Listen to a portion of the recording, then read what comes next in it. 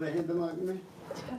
नया दिन, नया सवेरा, नए विचार। बिल्कुल, बहुत अच्छा। अभी देखो क्या आता है। बिल्कुल नेमत रब दी।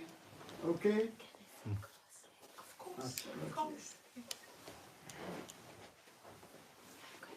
भारत में अनेक धर्म हैं। भारत में यहाँ की मैं बात नहीं करने लगा, वहाँ सिख धर्म भी है, हिंदू धर्म भी है।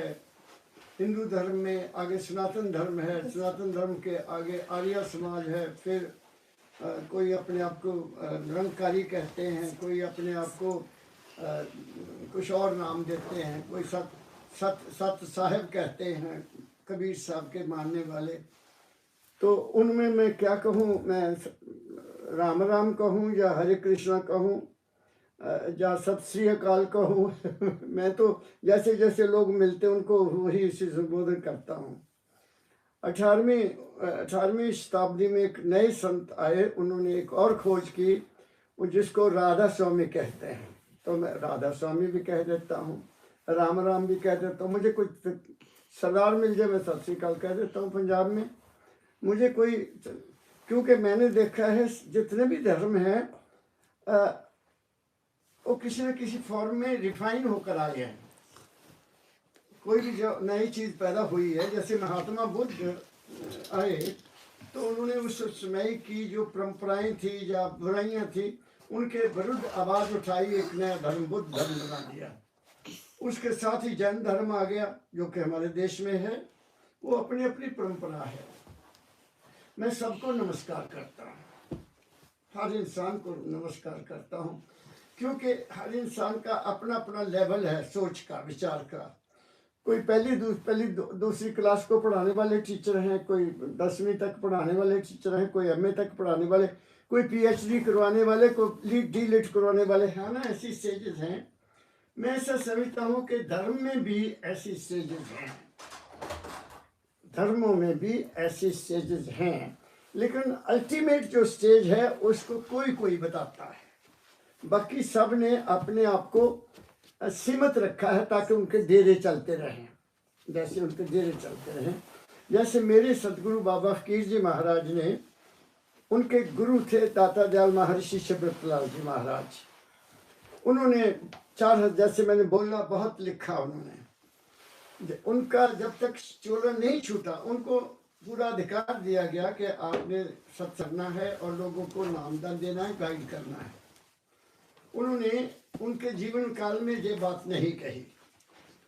1942 में वो पंजाब में एक डेरा है बहुत बड़ा, ब्यास का डेरा है। तो उस वक्त बाबा सावन सिंह जी महाराज वहाँ थे। वो उनके पास है, उनके पास जाके कहने लगे, बाबा सावन सिंह जी महाराज उनके गुरु को जानते थे, मुझे उन्होंने आदेश दिया है कि आपने सत्संग कराना है, नाम देना है, तो मैं क्या करूं? मैंने तो सत्य बोलना है और अपने अनुभव की बात कहनी है, मैं किताबी बात नहीं करता तो मेरा विरोध होगा। मैं आपके पास इसलिए आया हूं कि आप संत सदगुरु इस वक्त इस गद्दी पर बैठे हैं, आप मुझे आज्ञा दे दो कि मैं ये काम ना करूं, ये काम मैं ना करूं। तो उन्होंने कहा, फकीर देखो, एक तो ये अधिकारी नहीं है, मेरे को हजारों लोग लाखों लोग हैं वहाँ उनको मानने वाले, ये अधिकारी नहीं है जो कि इनको सत्य बता दिया जाए। दूसरा, मेरा डेरा है, मैं सत्य नहीं कह सकता, मैं डेरे में बंधा हुआ हूँ, इसलिए तुम खूब काम करो, मैं तुम्हारी पुश्ते पना रहूंगा, I will stand by you. ये उनके शब्द हैं। मैंने उनकी संगत की, उनकी संगत से मैंने क्या समझा वो मैं आपसे शेयर करना चाहता हूँ। हमारे जीवन में 4 शब्द हैं, चार शब्द हैं। एक है समझ, वो कहीं से भी ले सकते हैं। स्कूल से बच्चों को समझ दी जाती है, फिर कॉलेज में और बड़ी समझ दी जाती है, स्टेज की स्टेज समझ चलती है ना। जैसे डॉक्टरी में भी तो शुरू से शुरू होता है ना, एकदम तो कोई डॉक्टर नहीं बन जाता। एक है समझ, एक है विवेक। विवेक में आदमी को थोड़ा समझ से ऊपर का ज्ञान हो जाता है। जैसे तुलसीदास ने लिखा है, बिन सत्संग विवेक ना होई, राम कृपा बिन सुर बन सोए।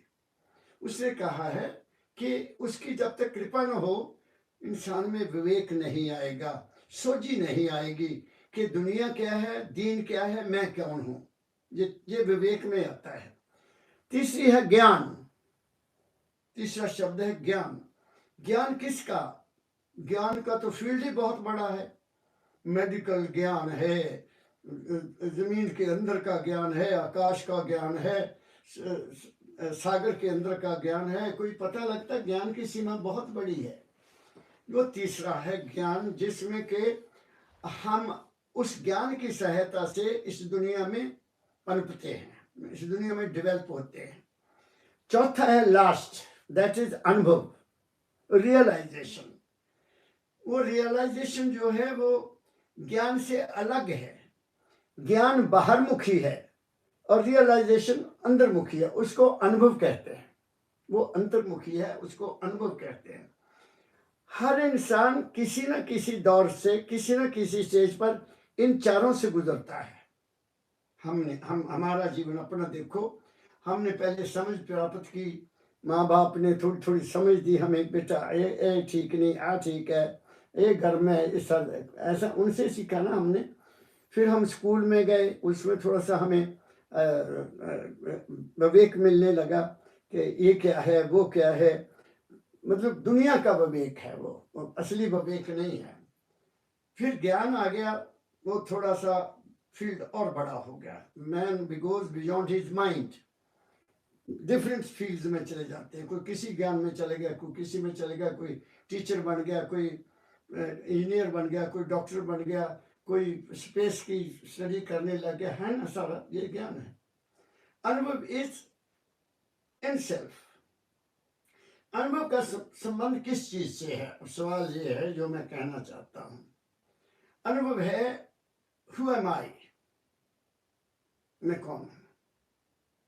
This is the crux of the teachings of cents.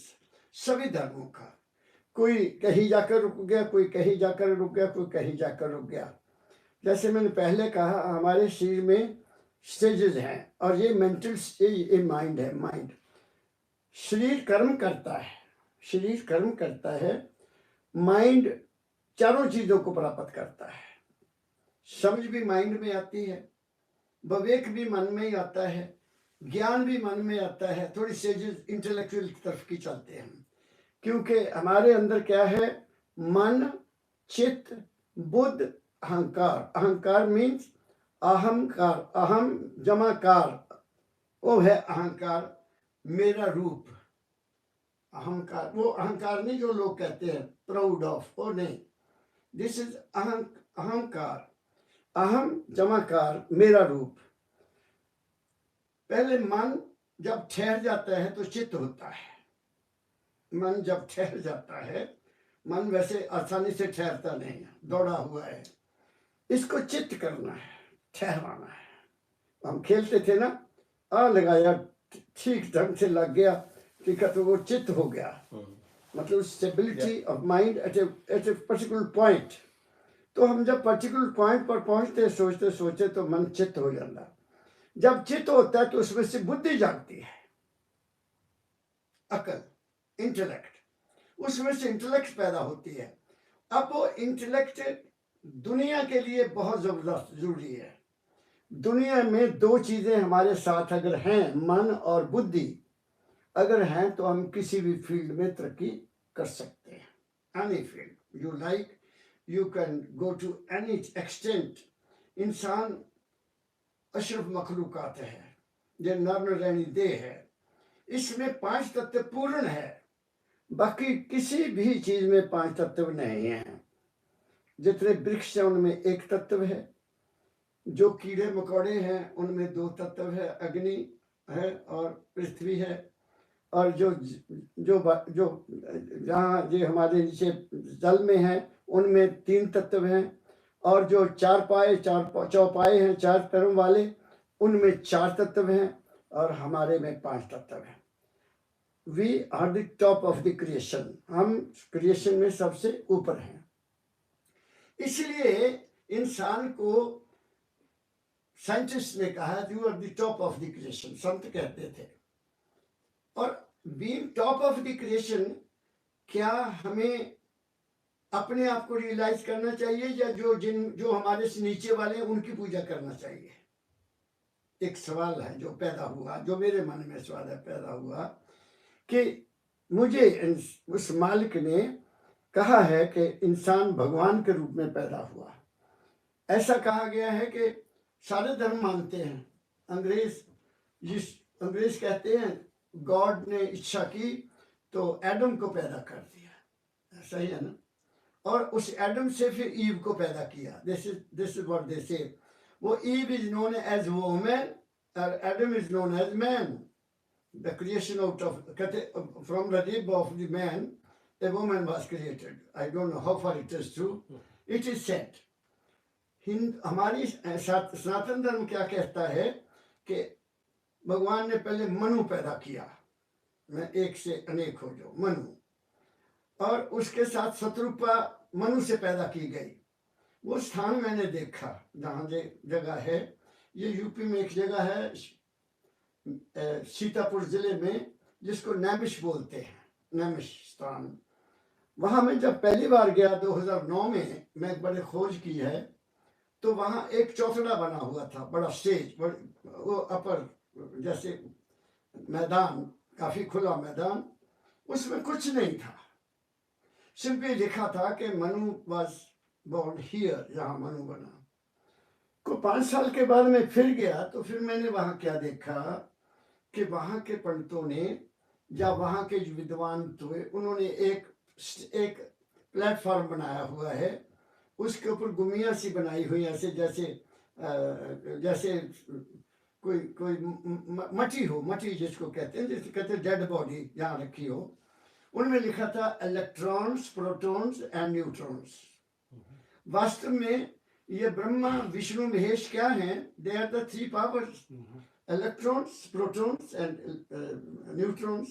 Electrons पैदा करते हैं, प्रोटॉन्स उसको चलाते हैं और न्यूट्रॉन उसको न्यूट्रल कर देते हैं। ये उन पर लिखा हुआ है। मैं कह वाह, तो किसी ने अच्छा दिमाग लगाया। और ये मैं पहले जानता था कि कोई है नहीं है, these are the 3 powers of nature. फिर देखा कि वहाँ एक बहुत बड़ा मंदिर बना हुआ है, मंदिर में क्या उन्होंने रखा हुआ है सब कुछ। मैंने कहा वाह वाह, मैं ये कब बना दिया? कहते जी इसको हो गया 3 साल बनाए हुए। मैं कहा ठीक है, आपका भी अच्छा साधन चल पड़ा खाने पीने का। बड़ी कहानियां सुनाई उसके। मैं तो जानता हूँ कि व्हाट इज द रियलिटी। तो जी अब ये है कि these electrons, protons and neutrons are in our body, in our body. क्यों मैं ऐसा क्यों कहता हूं?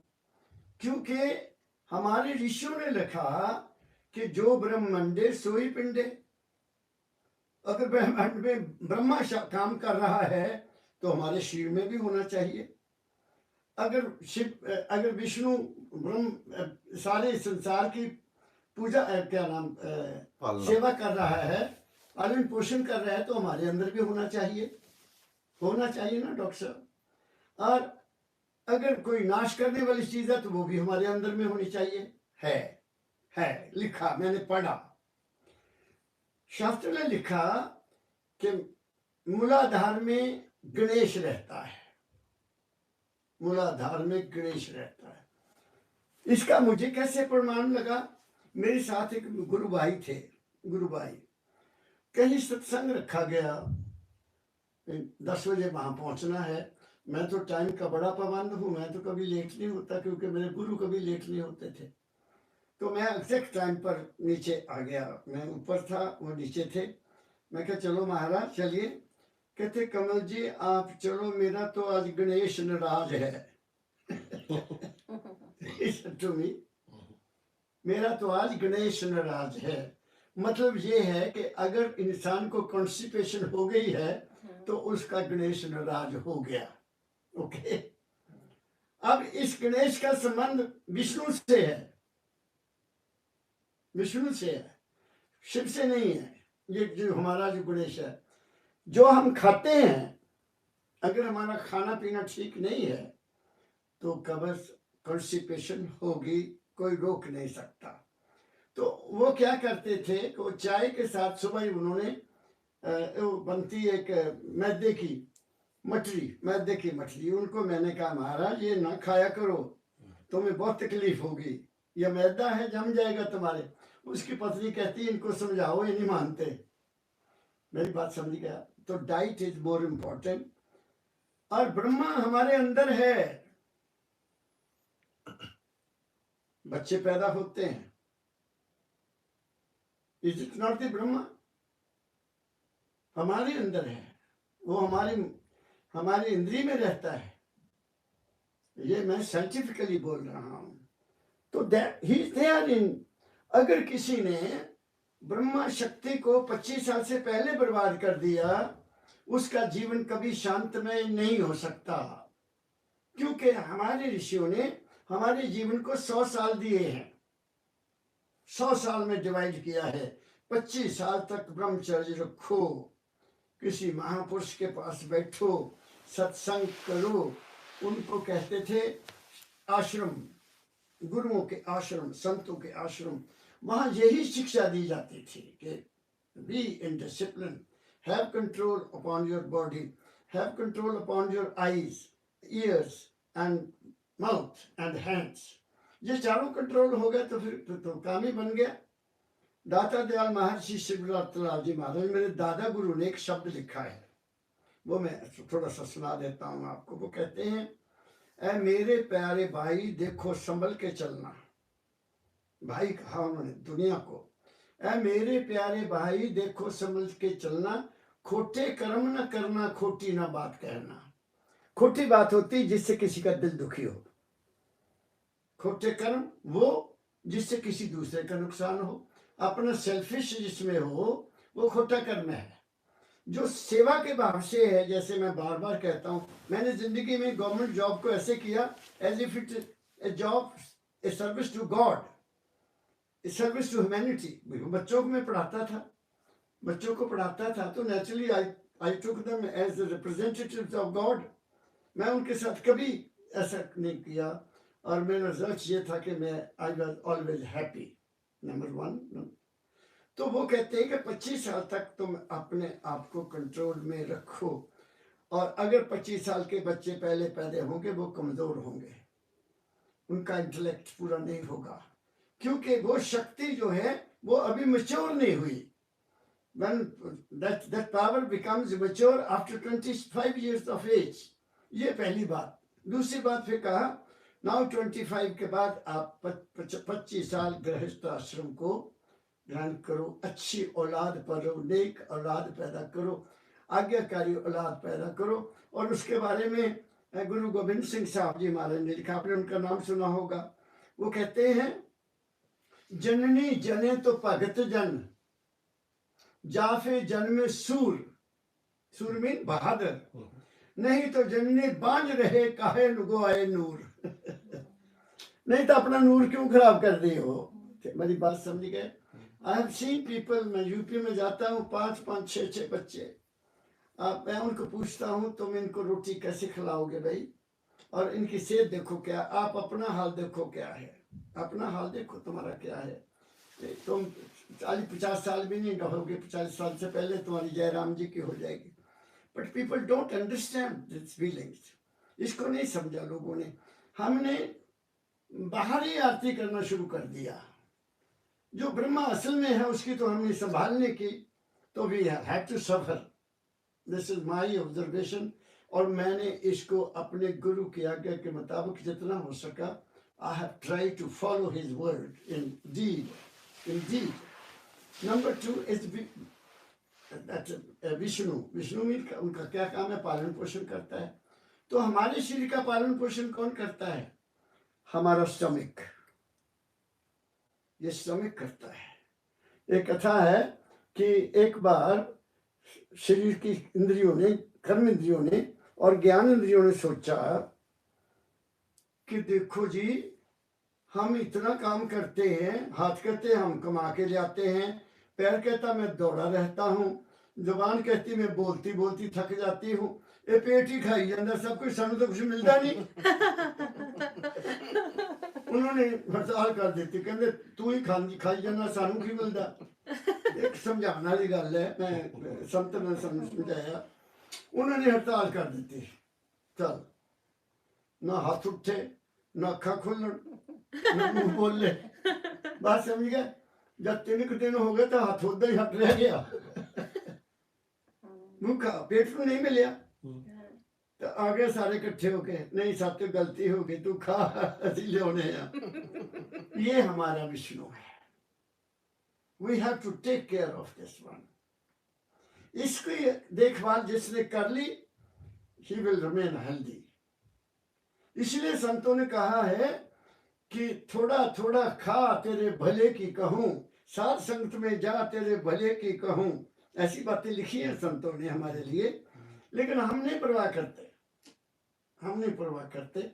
इसलिए मैं तो यहाँ तक भी डॉक्टर साहब पहुंच गया है, सोचते मैं तो प्रैक्टिकल करता हूँ, अनुभव करता हूँ कि मैं एक चीज से ज्यादा दूसरी चीज नहीं लेता। कारण उसका कारण क्या है कि अगर 3-4 चीजें आपने खाई हैं, उनके पाचन का समय अलग अलग है। माँ की दाल समय ज्यादा लेती है, साग भी समय ज्यादा लेता है, सब्जियां समय कम लेती हैं, दालें सारी समय ज्यादा लेती हैं, फ्रूट बहुत कम टाइम लेता है। तो अगर हम 4-5 चीजें मिक्स करके खाएंगे तो फिर क्या होगा, हमारे श्रम को ज्यादा काम करना पड़ेगा। और जहां तक भी क्या है कि खाने के साथ पानी बिल्कुल ना पियो, मैं नहीं पीता। रोटी हमारे अंदर जाती है तो हमारे लिवर को बड़ा ही काम करना पड़ता है। मैं डॉक्टर साहब, आप तो माहिर हैं इस बात में, पर हो सकता है मैं भी थोड़ी सी आप लोगों की संगत में बैठकर सीखा। हमारी 5 कर्मेंद्रियां हैं, 5 ज्ञानेंद्रियां हैं। ये 5 हमारे शरीर में ऐसी चीजें हैं जो हमारे सारे शरीर का पालन पोषण करती हैं। And that is, first is liver. Liver is very important. Then second is our kidneys. हमारी किडनी 2। तीसरा हमारा पेनक्रियास, जो खाने के सारे जो ग्लूकोज बनता है उसका शरीर में बैलेंस करके देता है। अगर ग्लूकोज ज्यादा हो गया तो शरीर के लिए तो उतना चाहिए नहीं, तो डायबिटीज हो जाती लोगों को। 3 हमारा लंग्स, 4 एंड हमारा हार्ट, 5। अगर इनका बैलेंस बिगड़ जाए तो फिर राम नाम क्या जपना है। जब शरीर तंदुरुस्त नहीं है, you can't sit, you can't do anything. तो बेसिक चीज ये कि हेल्थ इज मोर इम्पोर्टेंट। हम जब स्कूल में पढ़ते थे तो हमारे टीचर्स हमें जो पढ़ाया मैं आज तक नहीं भूला। वो कहते थे health is lost, something is lost. If wealth is lost, nothing is lost. If character is lost, everything is lost. वो बांध लिया अपने गले में। 3 चीजें ये बहुत इम्पोर्टेंट है। अगर ये शरीर ठीक है, अगर पेट ठीक है तो बस बल्ले बल्ले। अगर पेट ठीक नहीं है तो बस बंदा थल्ले थल्ले।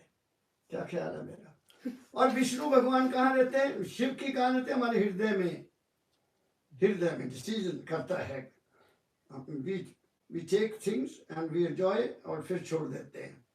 अब 3 चीजें हमारे अंदर है। एक ख्याल, ख्याल पैदा होता है खाने से, मन से।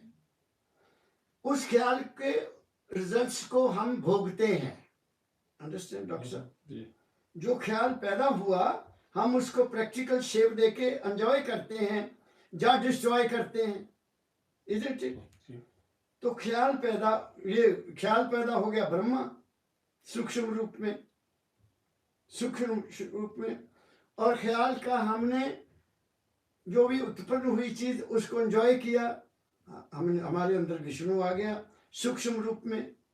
और देन उसको हम फिर उस ख्याल को छोड़ देते हैं, इजंट इट, छोड़ देते हैं। सदा किसी ख्याल को रखा हमने। बचपन में ख्याल और थे, जवानी में ख्याल और थे, रिटायर जब शुरू में तो ख्याल और थे, अब रिटायर हो गए तो ख्याल और है। बदलता है इंसान। तो there is change in our body, in our mind. हमारे शरीर में भी तब्दीली है, हमारे मन में भी तब्दीली है, लेकिन एक चीज ऐसी है जो तब्दील नहीं होती। वो क्या है? वो मैं पहले भी आपसे अर्ज किया आपके घर में, वो शरीर में रहती हुई शरीर को चलाने वाली वो हस्ती है। जिंदगी और है, हस्ती और है। बच्चा छोटा होता है, पैदा हुआ, उसमें जिंदगी है, अभी पूरी हस्ती उसमें नहीं आई। हस्ती सारे शरीर में जब तक नहीं आएगी आदमी चल नहीं सकता, बोल भी नहीं सकता, देख भी नहीं सकता। उसको हम हिंदी में होश कह सकते हैं, अंग्रेजी में उसको कॉन्शियसनेस कह सकते हैं, और हिंदी में हम उसको चेतन शक्ति कहते हैं। ये शास्त्रों में लिखा हुआ है। तो इसलिए फिर इंपॉर्टेंट क्या चीज हुई? क्या कोई बाहर में ऐसी चीज है जिसकी पूजा करेंगे तो हमारा काम हो जाएगा? डॉक्टर साहब मैं कुछ कह रहा हूं, कोई ऐसी चीज है या कोई ऐसा देवी देवता है जो इंसान के रूप से ज्यादा पावरफुल है, या ज्यादा बड़ा है, या ज्यादा हमारे को काम करके देगा? नो, कुछ भी नहीं है। मेरा तो तजुर्बा यहां तक आ गया है कि जो लोग भक्ति करते हैं, स्वामी जी ने लिख दिया, एक महापुरुष हुए हैं, भक्त भक्त उपासक ज्ञानी ध्यानी इन सब चक्र खाया। कबीर ने तो जोगियों को भी नहीं छोड़ा, सन्यासियों को भी नहीं छोड़ा, कहना तुम्हें कुछ नहीं मिला, क्योंकि उन्होंने अंदर जाके देखा ही नहीं, दे हैव नॉट सीन। तो उनको क्या मिलेगा? कुछ भी नहीं मिलेगा। वो अपने जीवन को बर्बाद कर रहे हैं, लेकिन वो उसी में खुश हैं। पता नहीं कितने जन्म उन्होंने लेने हैं, हमने तो दोबारा आना नहीं है, हमने तो लगा लिया, पे पता लग गया we are to go back to my home home, मेरा अपना घर एक और है। दाता दयाल लिखते थे मेरे गुरु महाराज को, जे तो नहीं देश तेरा देश है बेगाना, जहां सब बेगाने वैसे कोई नहीं जगाना। गुरु ने तुम्हें उपदेश दिया और तुम्हें बताया, संत मत धार ही तज मोह माया। माया क्या है? पैसा नहीं, maya is the creation of our mind. हमारे मन से जो भी कल्पना पैदा होती है वो माया है, और हम उसी कल्पना को छाया के रूप में पैदा कर लेते हैं। जैसे मैंने पहले कहा, कोई भी इंजीनियर कोई भी चीज बनाएगा तो पहले अपने माइंड में बनाएगा, फिर कागज पर लाएगा, फिर बिल्डिंग बन जाएगी। ऐसे ही हर चीज हमारे मन से जो निकलेगी वो रूप धारण करेगी। वो रूप धारण किया, वो क्या है? वो सदा रहने वाला नहीं है। Is it so? जी। तो इसलिए हमें फिर क्या करना है कि क्या भाई कोई सदा रहने वाली चीज है? तो जब आदमी ज्ञान प्राप्त करने के बाद इंटेलेक्ट से आगे जाता है, इंटेलेक्ट, मेरे सदगुरु फरमाया करते थे, spirituality starts where intellect ends. Spirituality जो अध्यात्म है उसका धर्म से कोई मतलब नहीं है। धर्म, कोई भी धर्म बुरा नहीं है, सब ने हमें जीवन गुजारने का रास्ता बताया। हर धर्म का अपना एक रहने का ढंग है ना, रहने का ढंग है। स्वामी दयानंद जी महाराज, मैं और पीछे चलता हूँ, सतयुग में कोई किसी देवी देवता की पूजा नहीं होती थी ना। मैं इतिहास पढ़ा, जब बिजली कड़कती थी तो वो डर जाते थे लोग और मानते थे कि देयर इज सम पावर, कोई ताकती शक्ति है। बादल गरसे तो भी कहते थे बारिश आ गई, वाह ये भी कोई ताकत है जो ऊपर से पानी नीचे बरसा रही है। तो वो कुदरत को देखकर मानने लगे कि कोई शक्ति है। उनमें फिर ऋषि पैदा हुए। ऋषियों ने क्या किया कि वो हवन करने लगे, यज्ञ करने लगे, ताकि वो उसका धन्यवाद कर सके, मालिक का। वो धन्यवाद करते थे और उसमें उन्होंने अपने ज्ञान के अनुसार, अपने अनुभव के अनुसार कुछ मंत्र बना लिए और उनका उस मालिक के नाम पर उच्चारण करते थे और हवन करते थे। ये था सिर्फ सतयुग में, और कुछ नहीं हुआ। उसके बाद बाहर से आर्य आ गए। आर्य ये इतिहास है, सत्य है। आर्यों ने आकर उनकी वो सारी की सारी परंपरा को खत्म कर दिया, उनके कुंड खत्म कर दिए और अपना ही राज शुरू कर दिया। और उस राज में क्या हुआ, जो पावरफुल आदमी था उसको भगवान समझने लग गए लोग। जैसे त्रेता युग में राम को पावरफुल था, उनको उन्होंने गुरु मान लिया, मालिक मान लिया, उसको याद करना शुरू कर दिया। और उस समय क्या हुआ कि ये परंपरा खत्म हो गई, हमारा हवन यज्ञ खत्म हो गया और उस वक्त इंसान की पूजा होने लग गई। दर्शन करो जी, महाराज जी आ रहे हैं, बात समझ गए ना। फिर द्वापर युग आया, द्वापर युग में पैदा हो गए हमारे महात्मा बुद्ध। महात्मा बुद्ध जी आए द्वापर युग में। इस्लाम धर्म भी द्वापर युग में आया। तो उसमें महात्मा बुद्ध ने बहुत ही राजा था, वो किंग था वो। और उसका इतिहास ऐसा है कि उस वक्त के विद्वानों ने बताया कि ये बेटा जो है ये बहुत बड़ा संत बन जाएगा। तो उसके पिता ने उसके संत बनने को रोकने के लिए उसको अपने ही महल में हर तरह की सुविधा दी, पूर्ण सुविधाएं दी, शादी कर दी, उसके लड़का भी हो गया। लेकिन एक दिन उसने सोचा कि मुझे शहर तो दिखा दो। उस बुद्ध ने, राजकुमार ने, मुझे शहर तो दिखा दो। तो शहर में बैठा हुआ अपने जो उस वक्त की भी सवारी होगी, शायद पालकी होगी, शायद घोड़ों का सवार होगा, ये कुछ नहीं लिखा। लेकिन शहर की सैर करने के लिए उनको ले गए, मंत्री साथ गए। तो उन्होंने एक बूढ़े आदमी को देखा रथ से जाते हुए। उसने पूछा ये कौन जानवर है भाई? तो कहते महाराज ये जानवर नहीं है, आदमी है। क्या हो गया इसको? ये बूढ़ा हो गया। अच्छा, ये हालत हो जाती है, ऐसा हालत हो जाती है। आगे गया, आगे ज्यादा ज्यादा देखा तो 4 आदमी किसी मरे हुए को उठा के ले जा रहे हैं। मुझे कहा भी ये कौन सी बारात हुई? पालकी। ये पालकी में कौन है?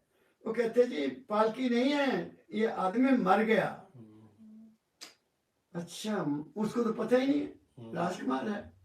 कहते जी मर गया, कहाँ जाएगा? बस जी जला देना, कब बात खत्म हो गई। वाह वाह, क्या बात है, मर ही गया, खत्म हो गया। और उसको बराग हो गया। एक ज्यादा सीन और है, लेकिन आखिरी सीन उसने क्या देखा कि एक सन्यासी जा रहा है, नॉर्मली कपड़े पाए हुए उसने, गेरुए रंग के। कहते भी ये कौन है?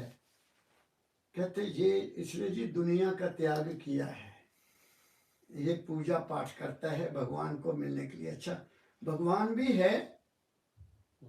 कहाँ रहता है वो? कहते जी ये सारा खेल उसी का ही है, ये भगवान का सारा खेल है। तो उसके मन में ख्याल आया कि भगवान मरना है, ये बूढ़े होना है।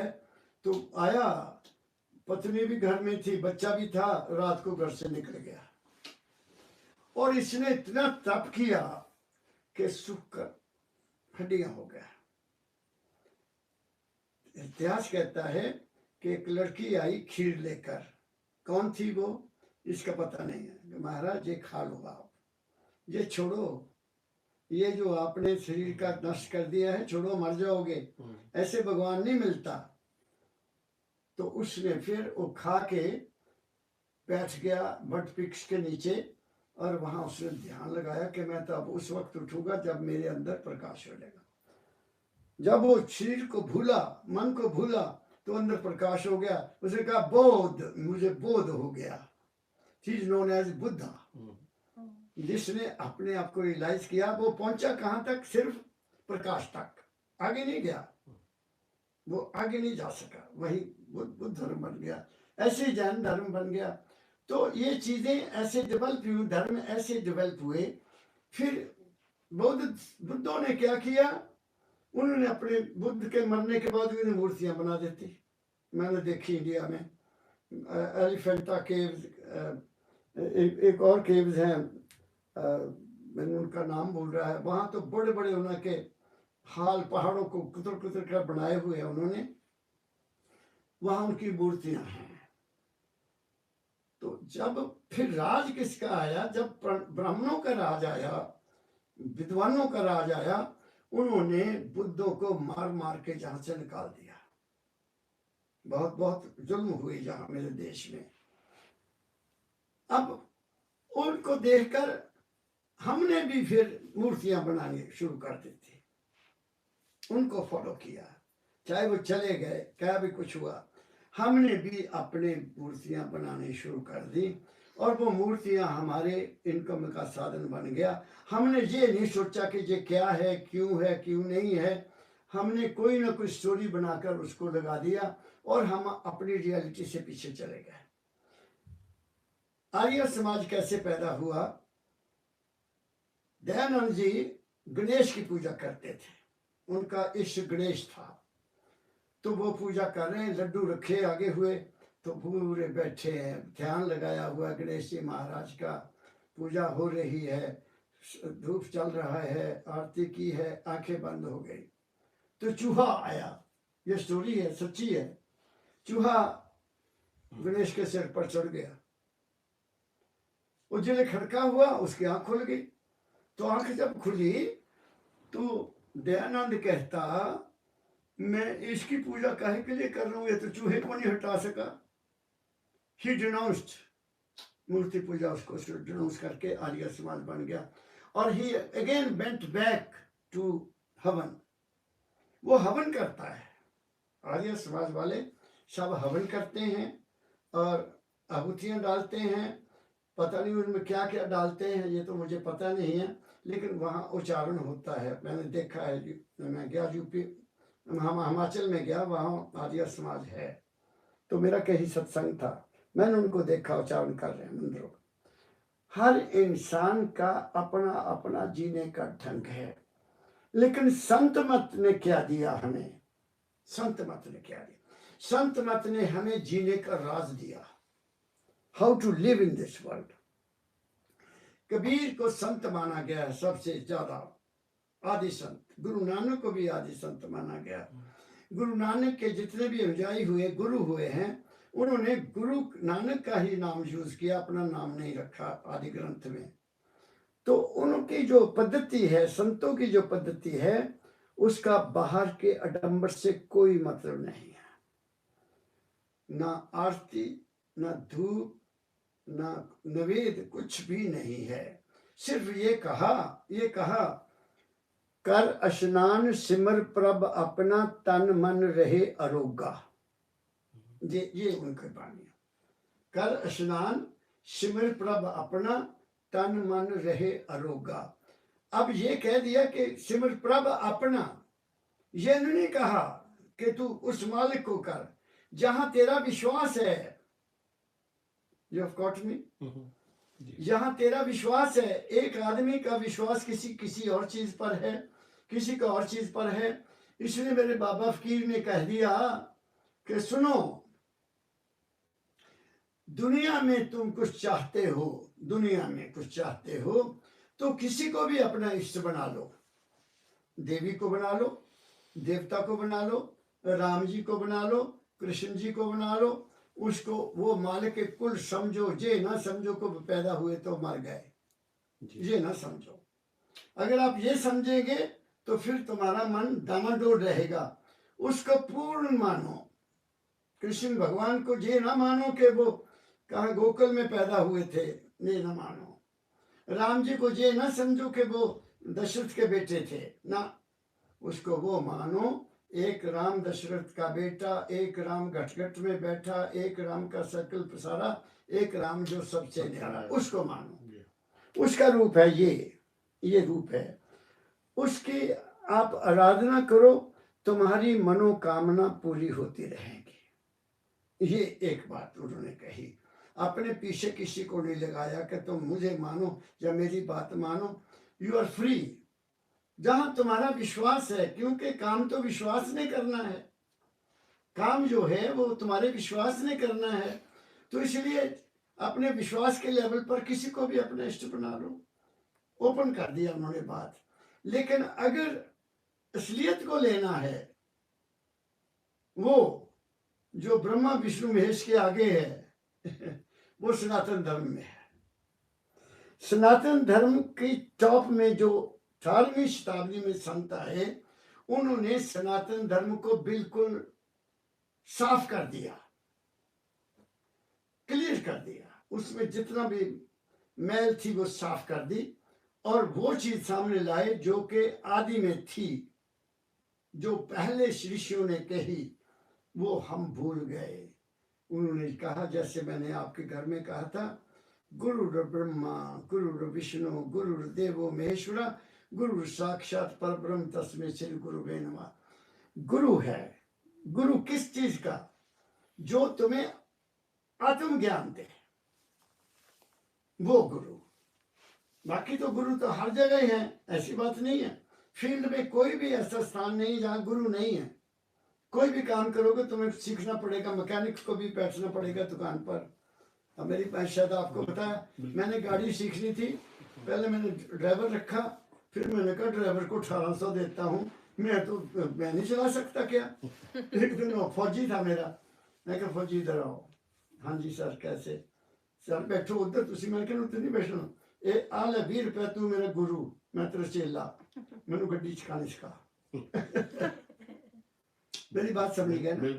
तो उसने मुझे 2 चक्कर करवाए, तीसरे चक्कर में वापस ला लिया, चौथे दिन मैं बाहर लाया, 5वें दिन मैं घर लाया गड्डी। कहना तुम तो सर सीख गए गड्डी, मेरी छुट्टी कर दो। मेरी बात समझे? तो हमें लर्निंग जीवन की कभी खत्म नहीं होगी। Learning in life never comes to an end, लेकिन life to realise yourself there is an end, there is an end. वो क्या है कि ऐसे इंसान को अपना पथ प्रदर्शक बनाओ जो सारे भ्रम दूर कर दे। और सबसे बड़ा भ्रम ये है कि कोई आदमी भक्ति करता है, भक्ति किसी की भक्ति लगा लो, कि जैसे तन्ना भक्त ने पंडित जी से ले आए ठाकर, और रोज दूध लेके देने जाता था पंडित जी के घर में, गाय का दूध, बढ़िया गायें रखी हुई थी। तो उन्होंने कहना, पंडित जी कितने, वो तो भोग लगा रहे हैं, भगवान को भोग लगा रहे हैं। उसने कहा अच्छा भगवान रोटी खा लेता है? रोटी खा, सीधा आदमी सी ना। तो उसने सोचा कि मैं भी तो भगवान की पूजा ना करूं, पंडित जी करते हैं, इनका तो कल्याण हो जाना, मैं तो रह जाएगा। तो वो पंडित जी ने पीछे पड़ गया, पंडित जी दया करो मैंने भी एक दे दो ठाकर, मैं भी पूजा करा करनी है। सिंपल आदमी, सच्ची कथा है ये। तो उस तंग आके कहना फिर कोई दान तो कर, दान तो बगैर में कितना देनी है? उन्हें अपनी गा देती जी खोल के जाके, लो जी पंडित जी, उनमें वो पत्थर पे ऐसी को पेड़ चौदे रख ला सिर ते, तो के आसन लगा देना, ये तेरा ठक। वो सीधा आदमी उन आया, बेड़ा साफ किया, उच्ची जगह बनाई, ਉਹਦੇ ਤੇ चादर बिछाई और रख दिता, धो के नहा के थोड़ा जिहा जो भी पंडित करता सी ला के बह गया। पहले दिन बह गया, रोटी आई रख दे, मैं पहला ठाकरां नूं भोग लगा के खानी है। ठाकर जी भोजन करो, ठाकर जी भोजन करो, ठाकर जी भोजन करो जी, भुख लगी है। कहना अच्छा पंडित जी तो खीर खाते हैं, मेरा साग नहीं तेन स्वाद लगना, मैं नहीं खानी। ये तो ट्रुथ रख दी, नहीं खाती। जनानी बेचारी परेशान, 2 दिन हो गए, 3 दिन हो गए, 4 दिन हो गए, बैठा बंदा, अगर पंडित जी की रोटी खांदा तो मेरी भी खानी पैगी। वो दौड़ी गई पंडित को, कहती तेरा आदमी पागल हो गया, डॉक्टर को दिखा ला। यही कहना सी पंडित ने, और की करना सी। उन्हें कुंडी ला ली,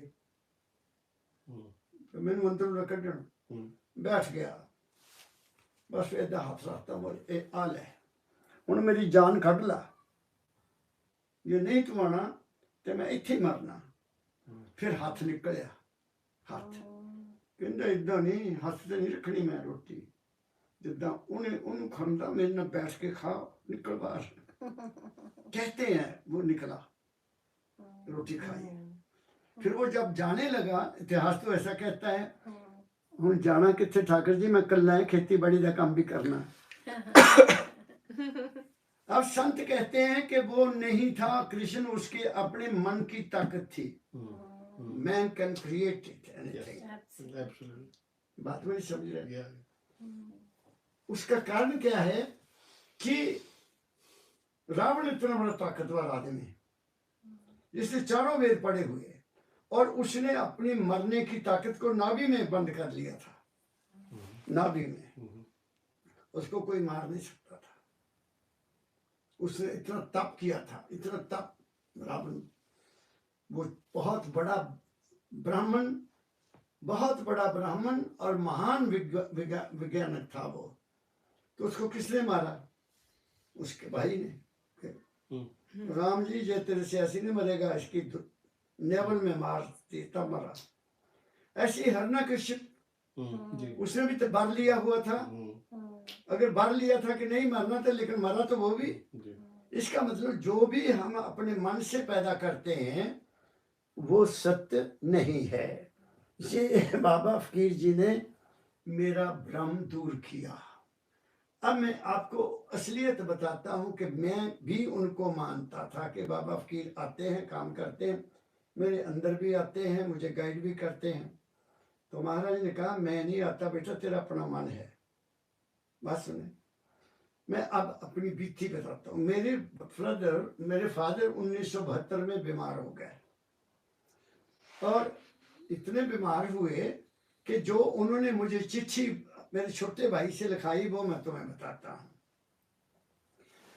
पिता ने सुबह जब वहाँ से कॉन्शियस हुए, जो हालात हुए थे, तो पिता ने मेरे छोटे भाई को बुलाया, बेटा जल्दी आ, अपने भाई को चिट्ठी लिख।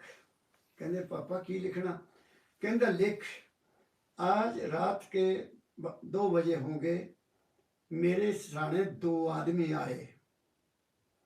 पहले वो मेरे पाँव की तरफ गए, फिर वो मेरे सिरहाने की तरफ आए, फिर मेरी उन्होंने जान निकाल ली, मेरा सूक्ष्म शरीर निकाल लिया और मुझे लेकर ऊपर चले गए, बहुत दूर। तो एक ऐसी जगह ले गए जहां बड़े बड़े ग्रंथ रखे हुए हैं। ये मैं आपको इसलिए बता रहा हूं। तो उसके आगे बैठे हैं बड़े बड़े आदमी, तो लाइनें लगी हुई आदमियों की, तो वहां हिसाब किताब हो रहा है। पिता ने कहा, मैंने उस वक्त अपने बेटे प्रोफेसर को कहा कि बेटा जल्दी आ, अपने गुरु जी ਨੂੰ ਨਾਲ ਲੈ ਕੇ ਆ, नहीं तो मैनू ये लै, मेरा शरीर तो उत्थे पिया। He realized, he remembered me and my सतगुरु। और उसी वक्त मैं और बाबा फकीर वहां पहुंच गए। बात को ध्यान से सुनना प्लीज, मैं जो कहने जा रहा हूं। जब पहुंच गए तो मैंने महाराज जी से कहा, पिताजी ये मेरे जन्मदाता है गए, इन्होंने ले, मैं तो इन्हों की सेवा करनी है, मैं तो इन्हों की सेवा नहीं की थी, मैं तो बाहर रहता। तो मेरे गुरु ने उनको कहा, भाई इस जीव को वापस छोड़ कर आओ। तो वो छोड़ गए। पिता की होश आई तो उन्होंने ये चिट्ठी मुझे लिखाई। जब वो चिट्ठी मुझे मिली शुक्रवार को, मैं कॉलेज में था, बिलासपुर में था, तो मैंने उसी वक्त शनिवार की छुट्टी ली। आगे एतवार था, नाले का मंदिर जाएंगे, बाबा जी को मिलेंगे, नाले सत्संग सुनेंगे, सोमवार की छुट्टी ले उस दिन आ जाएंगे। मैं 2 बच्चे थे, वाइफ थी, बस सवेरे पहली बस पकड़ी 10:30 होशियारपुर। मेरे गुरु महाराज छोटे कमरे में बैठे थे। तो जब मैं जाता था तो उनके चेहरे पर कुछ अपना ही नूर होता था, मुझे देख के उन्होंने बड़ा खुश होता था। मैंने भी मत्था टेका, वाइफ ने भी टेका, बच्चों ने भी टेका। तो वो बैठ गए, मुझे कहते, बेटे आज कैसे आए? तो मैंने वो चिट्ठी उनके चरणों में रख दी। उन्होंने ऐसे पलटी, कहते ये तो पंजाबी में है बेटा, पढ़ो क्या लिखा है। मैंने वो सारी चिट्ठी पढ़ ली, मैंने वो सारी की सारी चिट्ठी पढ़ दी। उस वक्त मेरी आंखों में आंसू भी आए थे, भावुक हो गया। जब चिट्ठी खत्म हो गई तो उन्होंने मुझे उस वक्त ये कहा कि अब तेरे पिता कहते हैं कि तू मेरे साथ था। Were you there? मेरे साथ थे, तुम वहां थे? हम्म, मैं कहा नहीं पिताजी, मुझे नहीं पता। हम्म, कहते अगर तू नहीं था तो मैं भी नहीं था। हम्म, ऐसे ही जो आजकल के संत हैं, ये सीधे साधे लोगों की नाजायज फायदा उठाते हैं कि हाँ गुरु आया था। तेरे बाप का विश्वास, उनकी श्रद्धा ने तेरे थ्रू मुझे भी साथ लेकर पैदा कर लिया। बात समझे आप? कोई चीज नहीं पैदा होती, it is the mental state, मन का। आप देखो सपने में हालत देखो हमारी, सपने में हम क्या नहीं करते, सब कुछ। उस वक्त हमें पता लगता है कि हम शरीर में नहीं है, कोई हमें शरीर का पता होता है। We are complete in our dream, और वो ड्रीम है, अंदर है, लेकिन हमने उस ड्रीम को सत्य माना, वो सत्य माना हमने। वो सत्य नहीं है, वो सत्य बिल्कुल नहीं है। हमने वहां जाना है जहां केवल वो है, और वो क्या है? वो है प्रकाश और शब्द, वो हमारे अंदर है। उसके लिए क्या करना है? उसके लिए 6 चीजें बताई संतों ने, 6। 1 गाइड, जिसको गुरु कहते हैं, एक गुरु। दूसरा गुरु का वचन। तीसरा गुरु की संगत। ये नहीं है कि गुरु संगत बहुत जरूरी है, अच्छी संगत में बैठोगे कोई अच्छी चीज मिलेगी। जैसी जैसी जिसकी दुकान है, जिस जिस लेवल की, वही चीज वहां मिलेगी ना डॉक्टर साहब। जो रिद्धि सिद्धि लेकर बैठ गए, रिद्धि सिद्धि कुछ भी नहीं है। आप अपना माइंड कंसंट्रेट कर लो एक जगह पर, तुम्हारे में इतनी ताकत आ जाएगी, जो कहोगे हो जाएगा। कोई मुश्किल नहीं है, नॉट डिफिकल्ट, बहुत आसान काम है। लेकिन वो तुम्हें आगे नहीं जाने देगी, आप उसी में फंस जाओगे। तो संतों में रिद्धि सिद्धि करना मना है।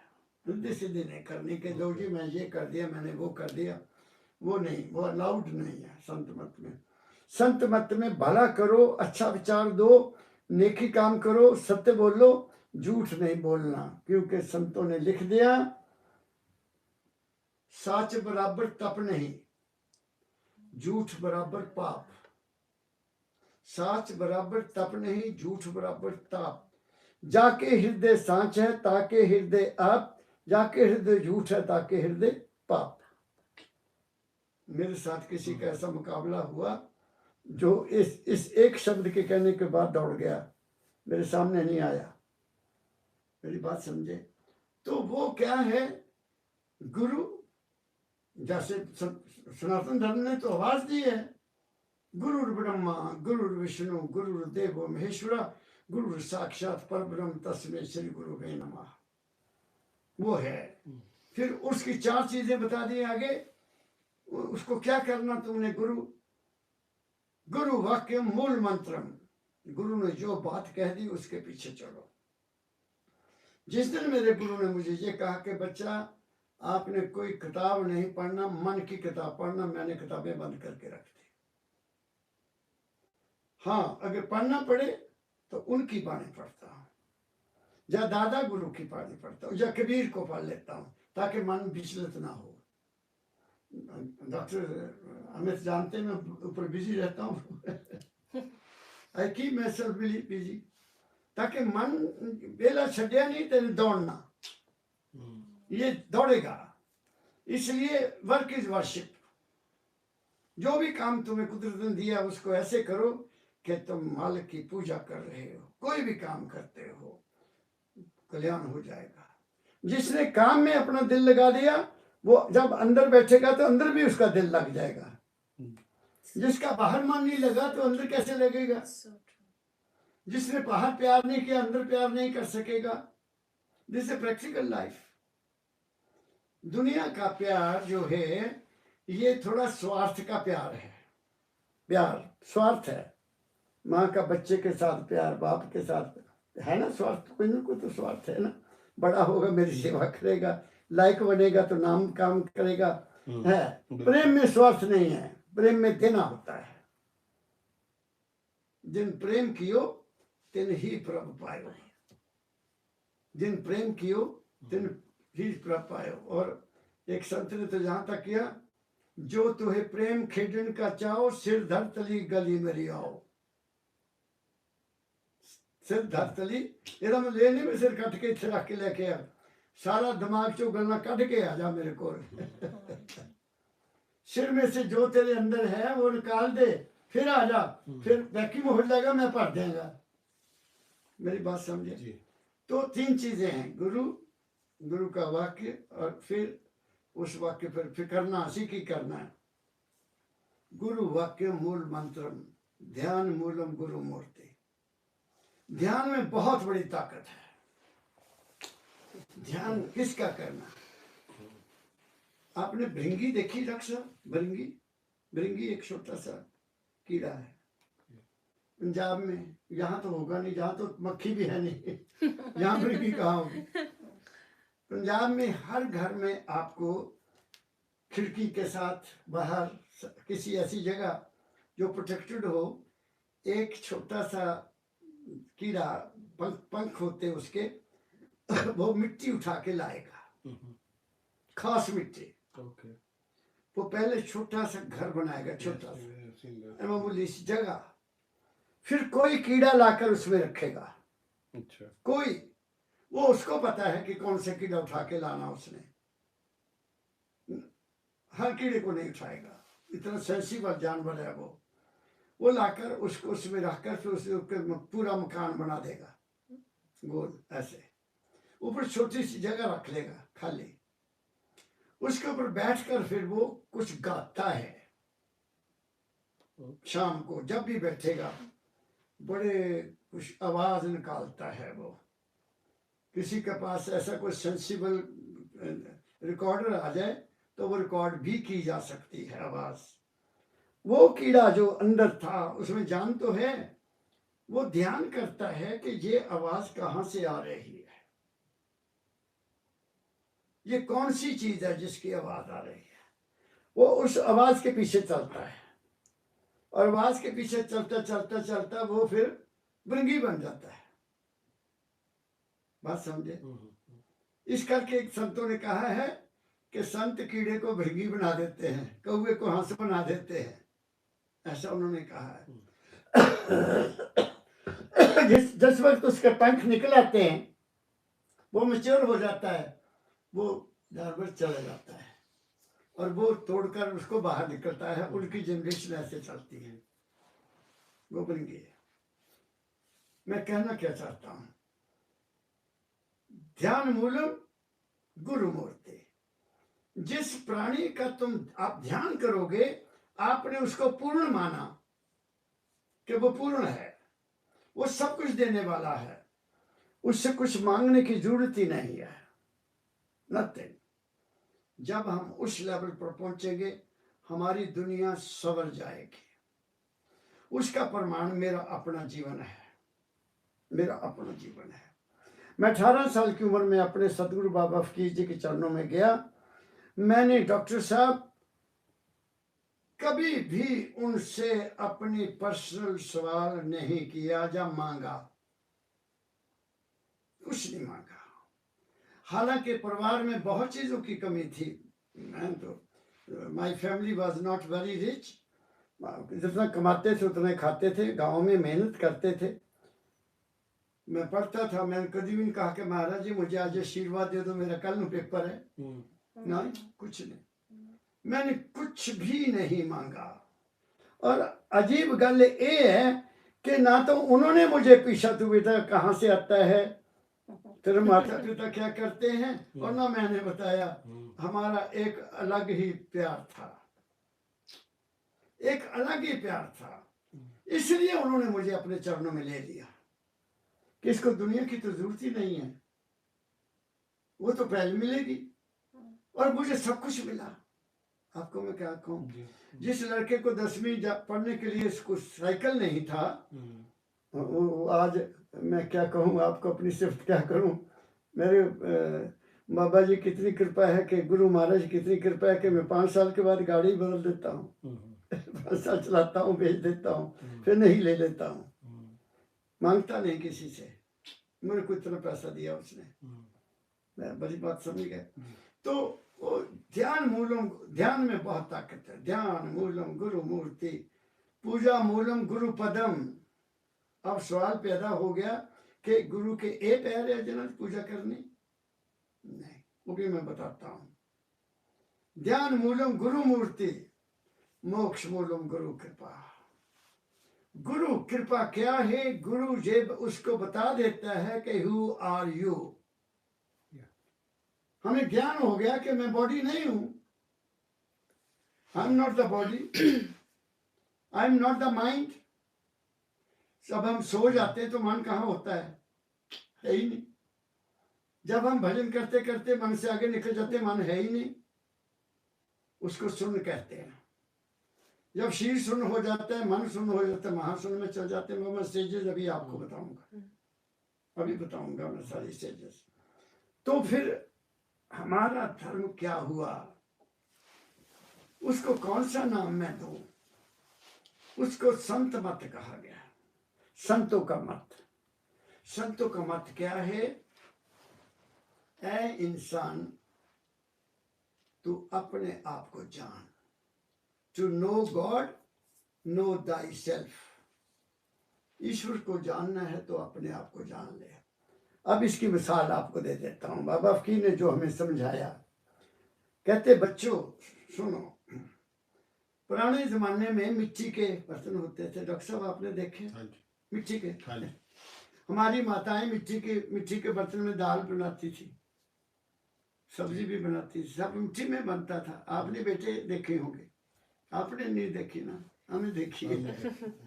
तो कुम्हार लाते थे घोड़ों पर, हमारे घर बेचने आते थे वो, जिसमें आटा भी गोंदा जाता था, वो भी बर्तन।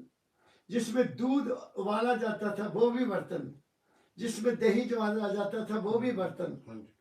सारे बर्तन। और फिर सब्जी बनाने वाले बर्तन वो मिट्टी के होते थे। तो क्या होता था कि ऐसे मिट्टी का उन्होंने ऐसा एक खुला बना लेना, ऊंचा 2 फुट 3 फुट मिट्टी का, जिसको प्रोली कहते थे पंजाबी में। तो उसमें गाय के गोबर होते थे, गाय जब भैंस की जड़ी गोबर होती थी, उसको मथ कर धूप में रख देते थे, वो सूख जाती थी। वो सूखा हुआ वो एक फ्यूल बन जाता था आग जलाने के लिए। उसको ऐसे लगा देना, टिका देना, ऐसे ऐसे 5-7 ऐसे 2-3 तहें लगा देनी, और उसमें आग लगा देनी, उसमें आग लगा देनी। और उस आग के ऊपर फिर वो मिट्टी की हांडी रखकर उसमें उतना पानी डालना जिसमें दाल बन जाए। उनको पता होता था। फिर दाल को धोना, फिर उसमें डाल देना, नमक डाला, हल्दी डाली, मिर्च डाली, बस 3 चीजें डाल दी। और उसके ऊपर ढक्कन डालते थे जिसमें होल होते थे, होल, ताकि उबल ना जाए, वो उसकी बाहर निकलती रहे। सारा काम करना, घर का सफाई कर ली, झाड़ू दे दिया, पोछे दे लिए, सब कुछ कर लिया। और उनको पता होता था कि कितना टाइम दाल में लगना। घंटे के बाद आना, एक चमचा लेना, एक चमचा लेके एक दाना निकालना, या 2 दाने निकालने, उसको ऐसे देखना दाल बन गई। और फिर एक दाना और निकालना, फिर मुंह में दे के देखना, नमक मिर्च भी ठीक है, चलो बच्चों दाल बन गई, रोटी खाओ। बाबा जी कहते, मेरे बाबा फकीर जी महाराज कहते, बच्चों जैसे माँ उस सारी दाल को पकी हुई एक दाने से जान लेती थी, एक दाने से, ऐसे ही उस भगवान को जानना है तो तुम्हारे अंदर जो सेल्फ है उसको जान लो, उसको जान लोगे। बिल्कुल। You got me? Yes. You realize yourself. वो जो ताकत है वो सुरत है, उसको कॉन्शियसनेस कहते हैं। फिर उस कॉन्शियसनेस के बारे में दाता ने बताया। हम मैं तो उनके पास ही बैठता था ना, मैंने बहुत गेन किया उनकी संगत से। तो एक दिन कहते, देखो बेटा बात सुनो, मैं था जो उनकी सेवा करता था, गोपाल दास, नारायण दास, जो उनकी मालिश वगैरह महाराज की क्या करता था, मास्टर मोहन लाल, जिनके घर में वो प्राइमरी पहले ही सत्संग दिया करते थे, फिर तो ये मंदिर बन गया, उसका नाम भी मानवता मंदिर रखा, कोई और नाम नहीं रखा, मानवता इंसानियत। झंडा ऊपर लगाया, बी मैन। अगर इंसानियत नहीं है तो रूहानियत भी नहीं होगी। फर्स्ट बी ए मैन, पहले इंसान बनो। हमें पहले ईश्वर ने इंसान बनाया, फिर उसी बात पता नहीं की बन गए इंसान। तो टुकड़े ही हो गए इंसान तो है ही नहीं, कई टुकड़े हो गए। पार्टियां बन गई, पार्टी का भी लग गया, जाति का भी लग गया, धर्म का भी लग गया। तू कौन है भाई? मैं सिख हाँ। काहदा सिख भाई? तू दस की सिखिया? कुछ नहीं। We have been divided by a religion। Iqbal एक बहुत उच्चे शायर हुए हैं, इकबाल, मोहम्मद इकबाल। वो पाकिस्तान में चले गए, उन्होंने लिखा, बड़ी लंबी कविता है, मैं तो एक कोई लाइन जानता ज्यादा। मजहब नहीं सिखाता ये आपस में बैर रखना। मजहब नहीं सिखाता, ये प्री पार्टीशन की लिखी हुई है, ये धर्म नहीं सिखाता आपस में बैर रखना। मैं क्या हूँ हुंदा मोहम्मद थे इकबाल, मैनू पुछदा हूँ तो धर्म दे सारे के चक्कर है, लेकिन तुम देख के खुश नहीं है। हूँ तो धर्म ने बेड़ा गर्क करता साडे देश का। We have been divided into sections, dissected the entire society. तो मैं कहाँ बोल रहा था, मैं डाइवर्ट हो गया तो ध्यान में सबसे बड़ी ताकत है। और फिर क्या है? पूजा मूलम कुरु पदम। बाबा फकीर ने कहा, जो लोग जो संत कहते जानते हैं और लोगों को अपने पैर धोकर पीने को देते कि ये अमृत बन गया, वो वहां मूर्ख हैं। उनको नहीं पता है कि वो कितना पाप कर रहे हैं। लोगों को, साधारण लोगों को क्या पता मेरे पैरों में की लगा हुआ है, जन्म लगे हुए क्या लगा हुआ है। ये पैर नहीं है, वो पैर अंदर है, वो पैर अंदर है। मैं आगे चलूंगा अभी। अंदर है वो गुरु के पैर, ये नहीं है पैर। जो अपने पैर दौड़ा के लोगों को देते हैं, वो महापाप कर रहे हैं, महापाप कर रहे हैं। ये नहीं करना चाहिए। उन्होंने कहा ये गुरु की पूजा नहीं है। गुरु की पूजा क्या है? तुम गुरु के वचन पर चलो, यही गुरु की पूजा है। गुरु की सेवा क्या है? गुरु की वाणी को लोगों तक पहुंचाओ, वह गुरु की सेवा है। मैं जहां उनकी कृपा से ही आया हूं। मेरे को तो उन्होंने भेजा, जो वीजा लगता नहीं था वीजा लग गया, आ गया, मैं आ गया। What is the qualification in me? No qualification, कुछ भी नहीं। क्या कहा मैंने डॉक्टर साहब? तो गुरु कृपा बहुत बड़ी है। When you are dedicated, you are taken care of. मैं तो ये समझा, इफ यू आर सिंसियर तो वह कुछ भी करने की जरूरत नहीं है, यू विल गेट एवरीथिंग। क्या कहा मैंने? तो मोक्ष मूलम कृपा। मोक्ष क्या है? लोग कहते हैं मुक्ति, मुक्ति मिल जाए। मुक्ति का लोगों ने मतलब नहीं समझा। मेरे पास भी कई नौजवान आते हैं, महाराज जी मुक्ति कर दो। मैं कहा मैंने पता तेरी मुक्ति का दी है, तू घरों दुखी है तू घरों दुखी है, तू तो मुक्ति चाहता। बात समझ गए? तू अपनी जिम्मेवारी नहीं निभा रहा, तू तो छुट्टी चाहता। ए नहीं छुट्टी मिलनी, मुक्ति। बीमार है आदमी, वो ठीक हो गया, उन्हें मुक्ति मिल गई। गरीब है, उसकी गरीबी चली गई, उन्हें मुक्ति मिल गई। मुक्ति के एक रूप है डॉक्टर साहब, क्या ख्याल है? मुक्ति का मतलब है किसी दुख से दूर हो जाना, मुक्ति है। गरीबी को अमीरी में बदल लिया मालिक ने, मुक्ति हो गई। गरीबी तो बीमारी है, बीमारी चले गई, चल गई, बीमारी मुक्ति हो गई। बच्चे की शादी नहीं होती, बंदा परेशान है, लड़की की शादी हो गई, चल मुक्ति हो गई। क्या ख्याल है? मुक्ति के तो कई रूप हैं, लेकिन मोक्ष जो मोक्ष है, मोह जमा क्षय, हमारे किसी बंधन को खत्म कर देना, वो मोक्ष है, वो मोक्ष है। वो मोक्ष कैसे होगा? हम तो रिटायर्ड आदमी हैं, अभी डॉक्टर साहब ने तो बहुत काम करना, डॉक्टर साहब दोनों ने काम बड़ा करना। आप तो मेरी उम्र के ही हैं लगभग, तो हमें तो कुछ ज़्यादा जरूरत नहीं। आप बच्चे सेटल हैं या बेटर हैं, सेटल हो जाने हैं। They are on the line, they are on the line of success. ठीक है ना? हाँ जी। तो उन पर तो कोई चिंता की बात ही नहीं है। They will follow your path. पेड़ सेट है तो वो भी सेट हो जाएंगे। अब जो बात मैं कही कि गुरु 3 चीजें चाहिए, गुरु चाहिए, गुरु का वचन चाहिए और गुरु की संगत चाहिए। अब तीनों चीजें मिल गई, अब क्या करना? वो 3 चीजें बड़ी इंपॉर्टेंट है। वो इंपॉर्टेंट क्या है कि जो गुरु ने कहा उसका सिमरन करना है। सिमरन मीन याद करना। सिमरन का मतलब याद करना। किस जगह का याद करना? मैं यहाँ बैठा हूँ, मैं होशियारपुर से आया, ठीक है, निश्चित है कि मैं 28 तरीक का टिकट ले आया, मैं वापस जाऊंगा। मैं यहाँ का रहने वाला नहीं हूँ। क्यों मैडम जी? बिल्कुल। तो वो जो सिमरन है वो किसका है? वो उस जगह का है जहां से मैं आया हूं। तो बाबा फकीर ने उस जगह का क्या बताया हमें कि जीवन और है, हस्ती और है, जिंदगी और है, हस्ती और है।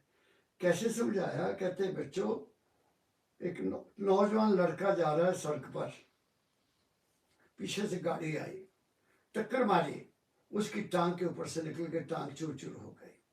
वो चिल्लाता है, हाय माँ, हाय पापा, हाय माँ। पहला बंदा माँ नू याद करता, पापे नू घट करता, क्योंकि माँ के शीश से वो बना है। हाय माँ। कभी भी चोट लगे कौन कहेगा हाय माँ? डॉक्टर साहब क्या कहा मैंने? माँ याद आती है, क्योंकि माँ ने हमें जी शीश दिया है। चोट लगेगी तो माँ ही याद आएगी। तो उन्होंने फरमाया कि माँ नू याद करदा, लोग की दौड़े गए, उन्हें चक्या हॉस्पिटल ले गया, ਉਹਦਾ पता किया, पेरेंट्स ਨੂੰ बुला लिया, तो खून बहुत चला गया। डॉक्टर आए जल्दी जल्दी, उन्होंने कहा भाई देखो इसकी हालत बड़ी ख़राब है, आप बताओ लड़के की टांग बचानी है, ये तो बचेगी नहीं, काटनी पड़ेगी, तब बच्चा बच जाएगा। तो माँ बाप कहेंगे डॉक्टर साहब कृपा करो तो बच्चा बचा दो, सब यही कहेंगे ना। वो तरफता देख नहीं सकते, तो वो की कर दे, एक इंजेक्शन दे देते हैं। एक इंजेक्शन देते हैं, उस इंजेक्शन देने से वो शोर मचाना बंद कर देता है। डॉक्टर साहब जैस्मीन जी बैठे हैं, ये भी कुछ इंजेक्शन इतना दे लगाते हैं। बहुत सारे। तो उससे क्या होता है? उस इंजेक्शन से कि ये शरीर की जो शक्ति थी हमारी सारे शरीर में फैली हुई, वो वापस चल जाती है, सुन कर देती है, दवाई सुन कर देती है। वो हंसते जहाँ चले गए, वो चुप हो जाता है। डॉक्टर बड़े आराम लत्त बढ़ देंगे, पट्टी कर देंगे, और घर वाले कहते चिंता नहीं करनी, 12 घंटे बाद या 24 घंटे बाद इन्हें होश आ जाएगी, और इतने दिन हम घर में इसको रखेंगे। अब मेरे सतगुरु बाबा फकीर ने बताया कि वो कौन सी चीज थी जो चुप हो गई, उसके बगैर ना वो बोल सकता है। माँ भी कहती पुत जाग, नहीं, ना वो सुन सकता है, ना वो देख सकता है, ना वो बोल सकता है, वो हाथ भी नहीं हिला सकता, मगर जिंदगी है। He is not dead. क्या कहा मैंने जी? जिंदगी है पर हस्ती नहीं है। वो जो हस्ती है ना जी मैडम जी, वो हम हैं। हम जिंदगी और है, हम उस जिंदगी से पार जाना है। हम कैसे जाएंगे? वो हम कैसे जाएंगे? फिर वो ही सिमरन। उस सिमरन करने से क्या होगा? हमारा ध्यान लगेगा। ध्यान किसका? गुरु का।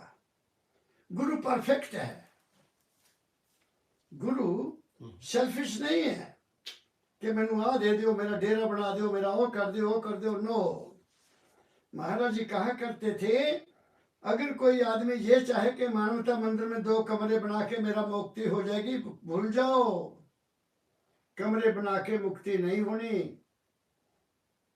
ये सेवा है, सेवा कर सकते करो, तो काम है, तुम आते हो रहंदे हो, अपने लिए बना लो 2 कमरे।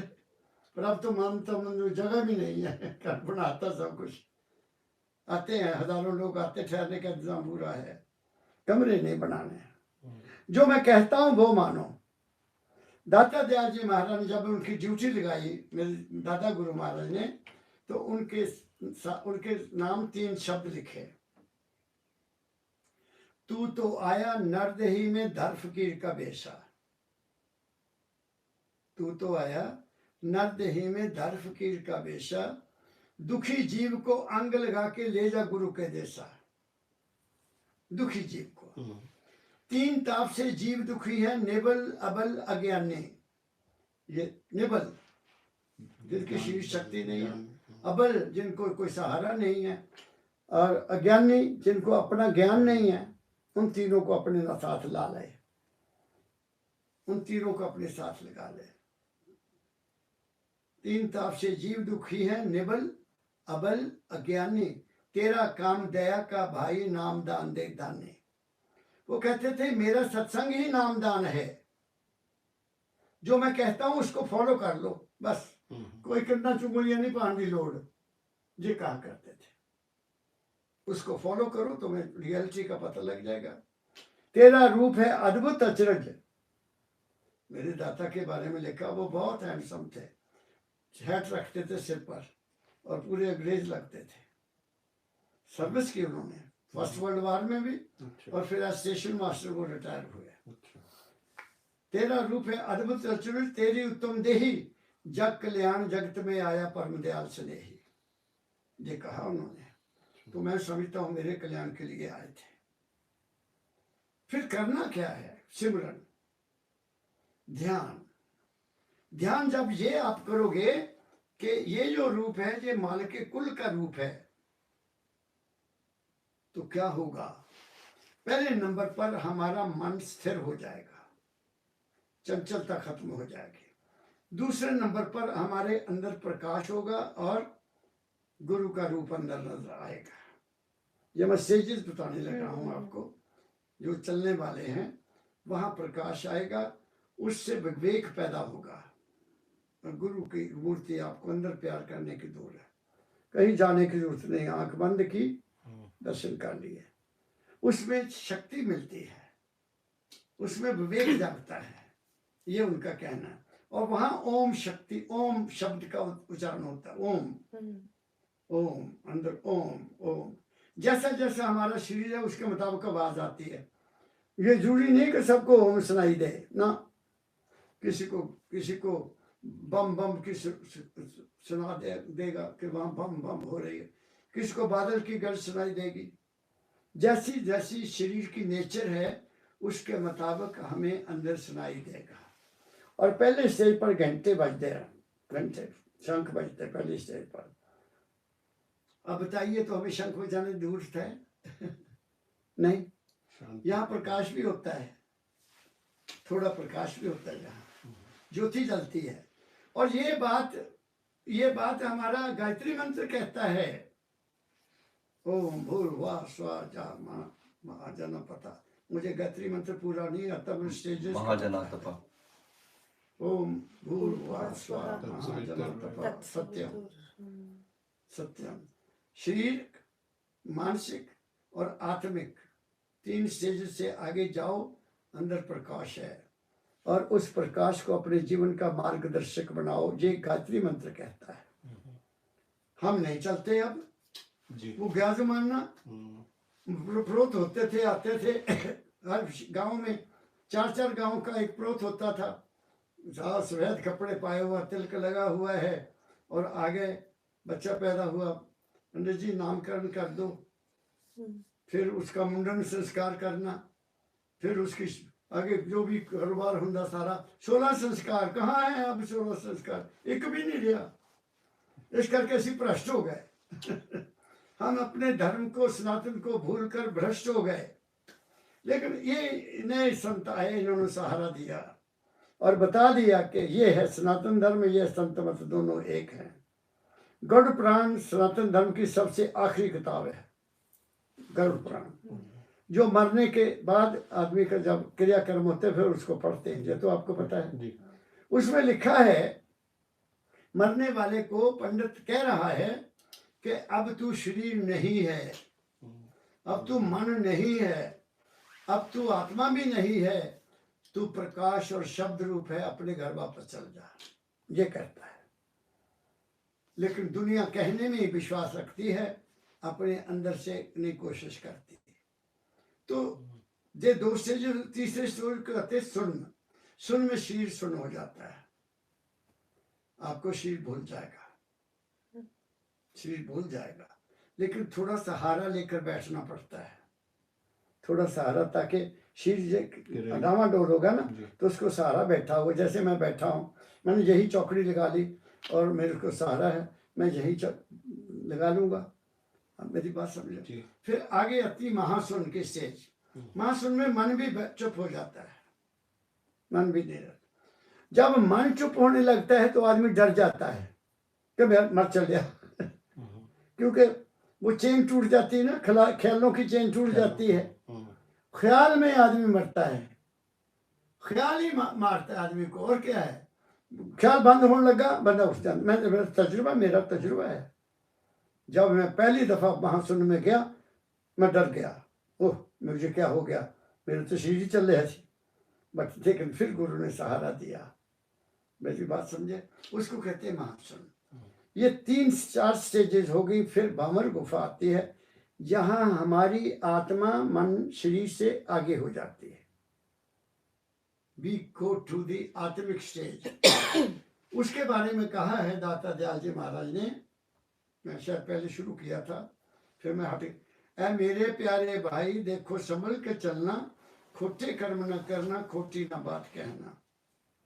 दुख दोगे दुख मिलेगा, सुख दोगे सुख मिलेगा, मारोगे घर किसी को तो गम पड़ेगा सहना। फिर वो आगे कहते हैं, बड़ी इंपॉर्टेंट, कौलो ख्याल करतब। कौल मीन वचन, ख्याल मीन मन, कर्तव्य मीन कर्म, मन वचन कर्म। कौलो ख्याल करतब दरिया से है मुशावा। जितना दरिया चलता ना, दरिया की तरह ये तीनों चीजें चलती हैं। तुम देखना ना इसकी लहरों में बह के बहना, तुम देखना मन के ख्यालों में नहीं बह जाना। मन में बार बार ख्याल उठेगा तो हम उस कर्म जरूर करेंगे, वो तुमसे कर्म करा लेगा। 40 किलो का 50 किलो का 60 किलो का शीर तुरपोगा उठ के। मन में इतनी ताकत है कि उसको मिलने जाना है, एकदम चल पो, है ना। कौलो ख्याल करतब दरिया से है मशावा, तुम देखना ना इनकी बहरों में बह के रहना, इनकी लहरों में न बह जाना। ये बहुत बैठती है, हर वक्त चलता है मन, और इसके काबू करने का और कोई तरीका नहीं है, कोई तरीका नहीं है। केवल इसको ठहराने का तरीका है गुरु द्वारा दिए गए वचन को याद करना, उसमें इसको उतार दो, बस ये ठहर जाएगा। जब ठहरेगा तुम्हें एक अलग तरह की खुशी मिलेगी, क्योंकि ये शरीर में आ गया ना। जब ये शरीर में आएगा तो पूर्ण शक्ति आ जाएगी शरीर में। फिर वो कहते हैं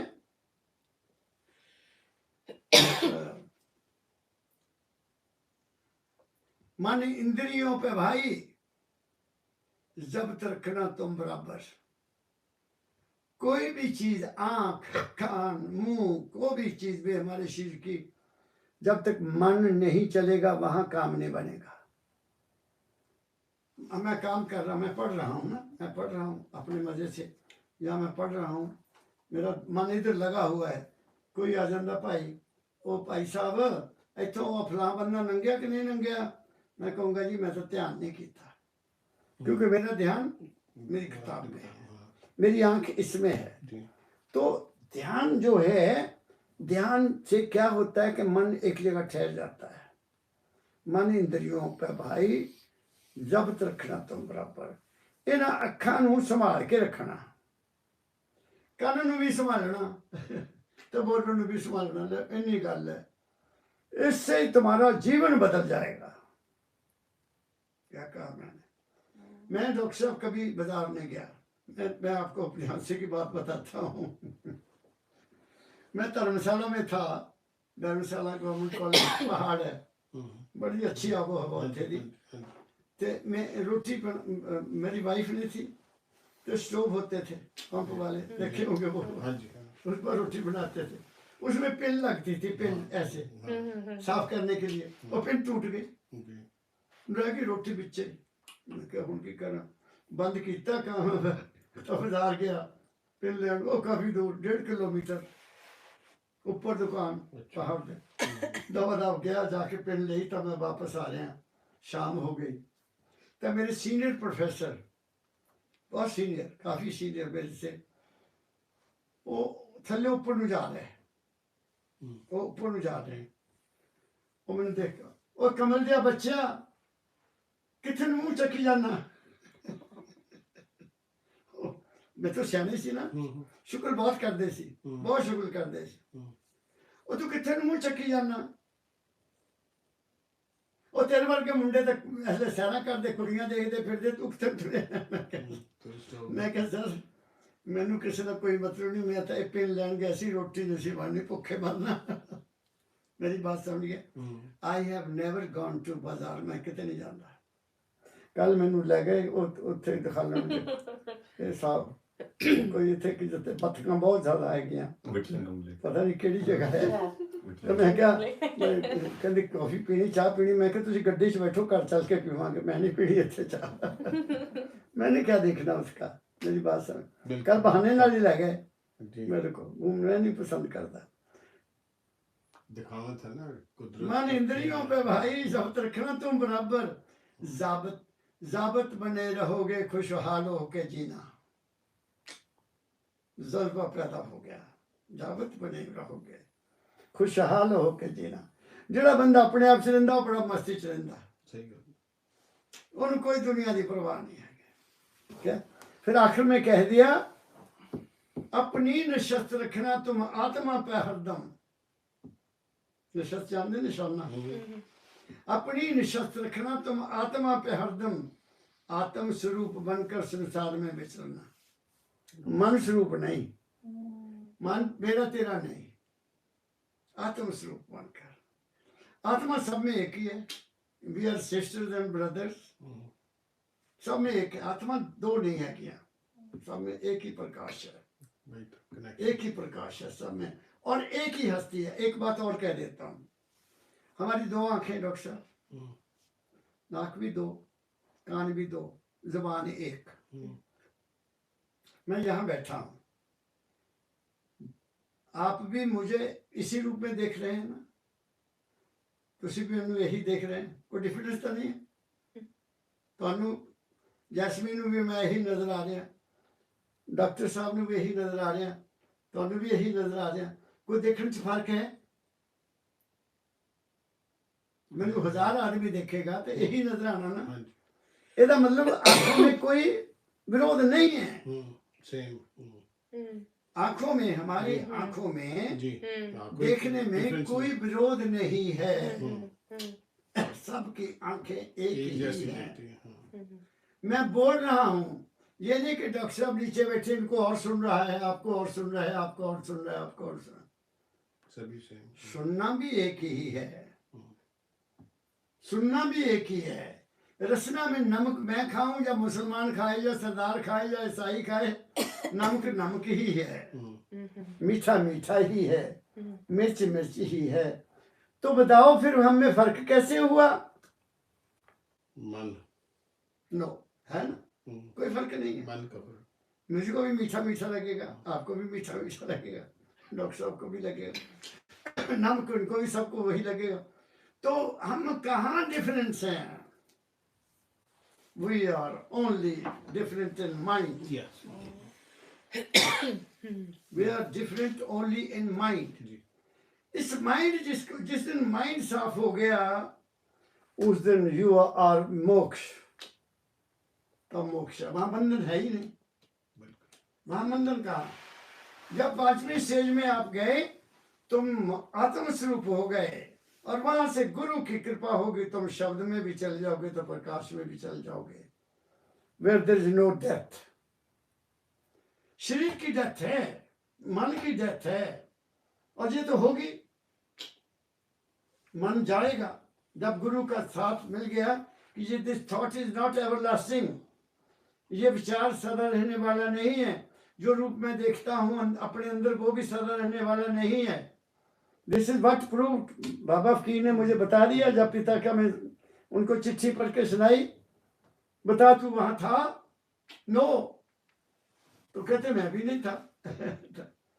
तो इसी लेखे में दुनिया धार्मिक जगत में लुट गई। कोई किसी की पूजा कर रहा है, कोई किसी की पूजा कर रहा है, कोई किसी की पूजा कर रहा है।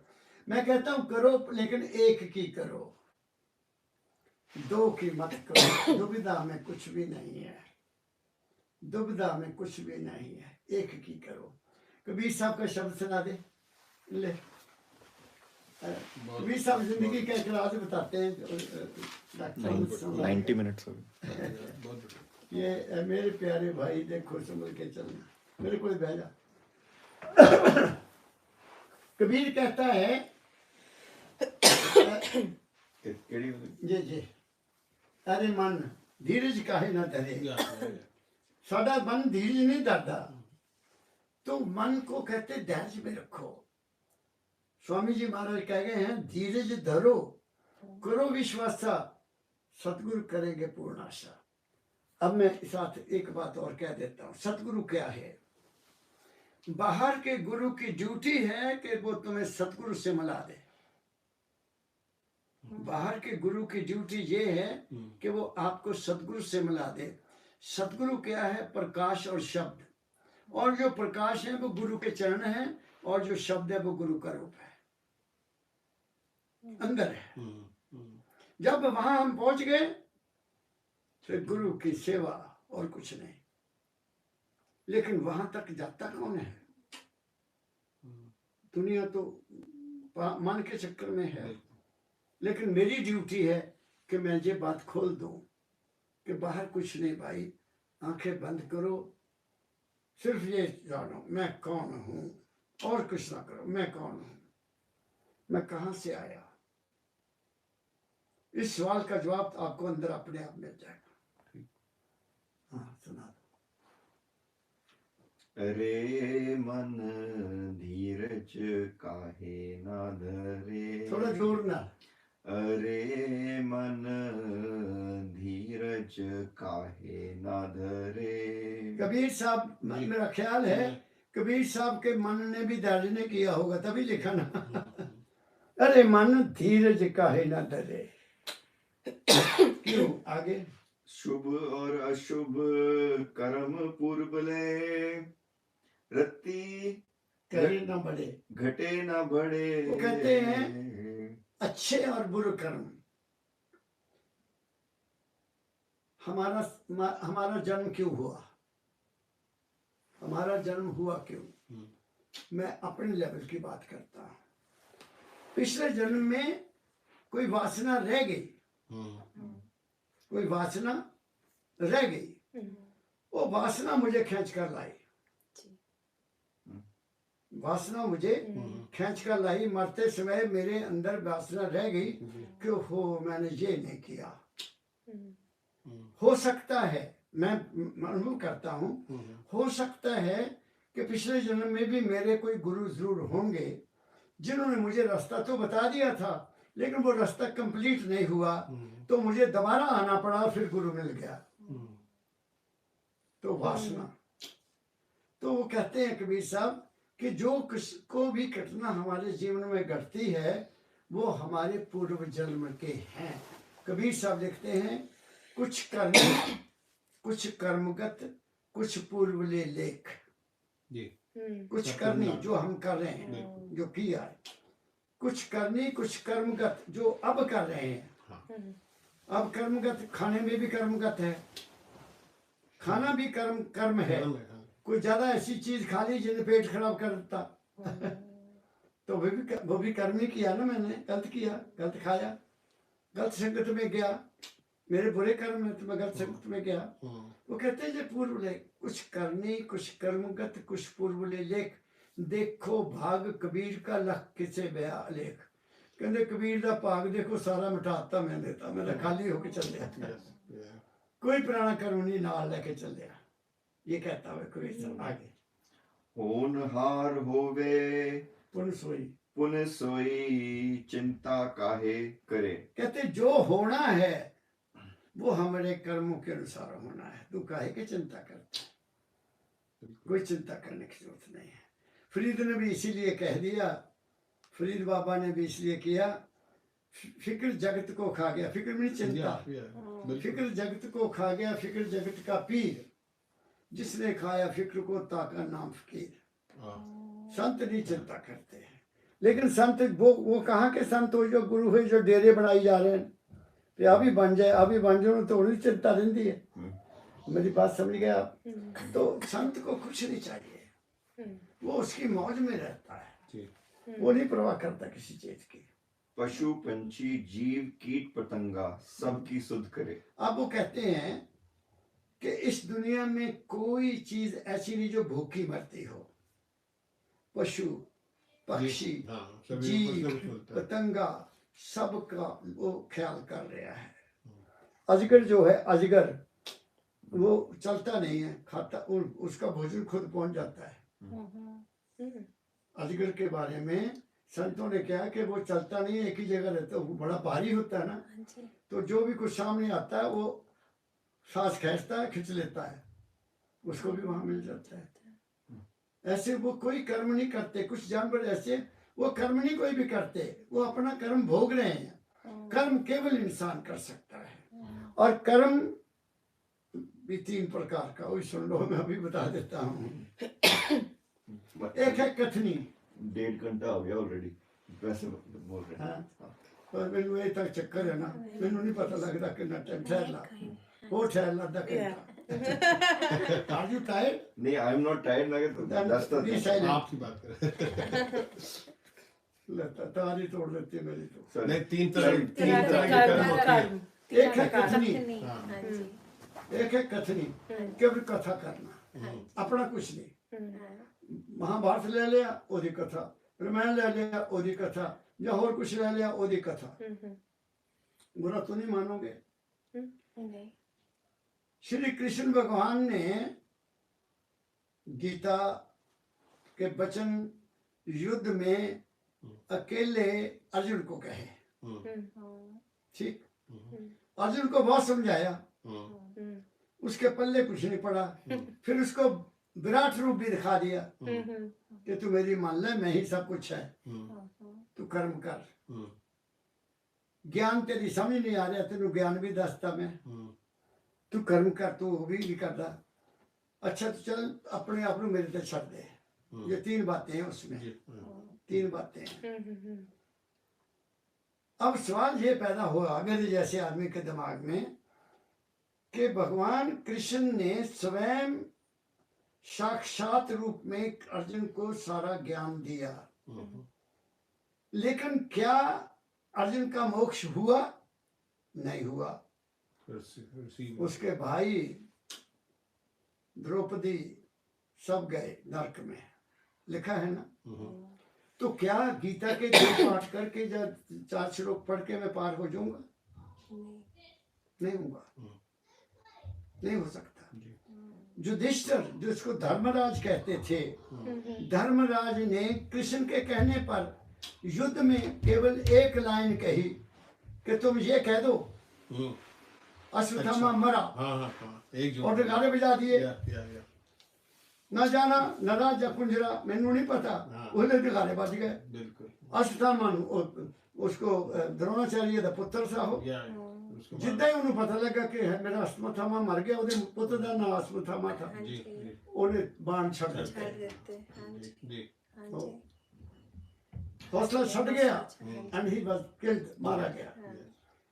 तो जब वो वहां गया, धर्मराज में ऐसा लिखा है कि धर्मराज को पूछता, महाराज मेरे भाई भारजा कहे हैं? कहते नरक में, और तुझे भी नरक में जाना पड़ेगा।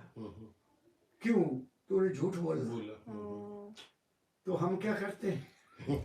ये दुनिया वाले क्या करते हैं? ये कहाँ जाएंगे? नरक में। प्रमाण है, हाँ प्रमाण है, हम सब मैं चाहिए। प्रमाण दे रहा हूँ। तो हम झूठ बोलेंगे तो क्या हम रब नू साक्षात पवा मान लें कि वो मेरे साथ है, मैं झूठ बोलूंगा तो मैं भी नहीं बच सकता। क्या कहा मैंने? इसलिए मैंने पहले कहा साच बराबर तप नहीं, झूठ बराबर पाप, जाके हृदय साचा ताके हृदय आप।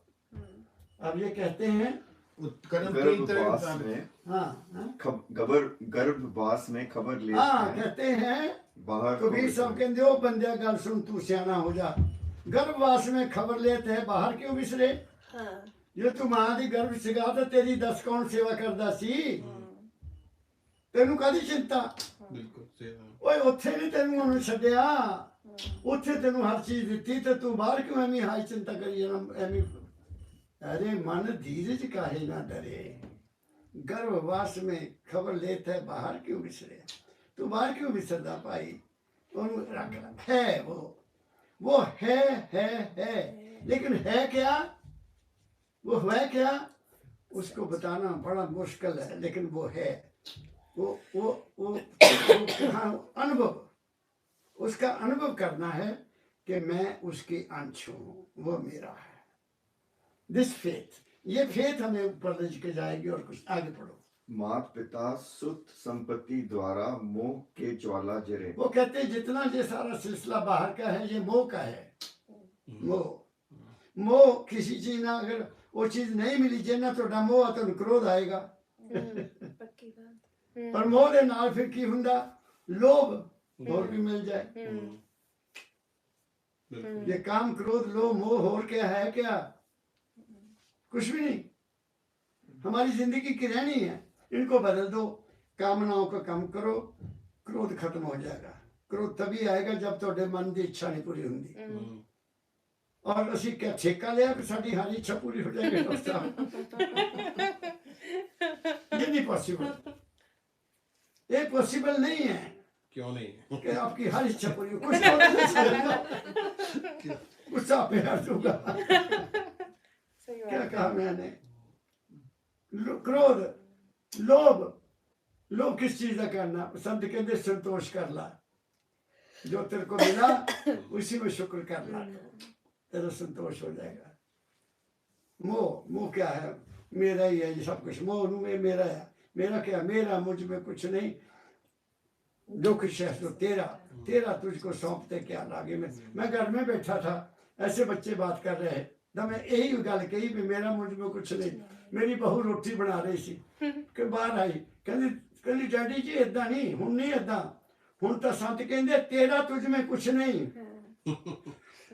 तेरा तुझ में कुछ नहीं, जो कुछ है सो मेरा, मेरा मुझको सौंप दे, कुछ नहीं तेरा। मैं कहा बाप मेरी बहू तू तो कमाल कर देती है। कहते आजकल जो संतां दा ये है, टाइम बदल गया।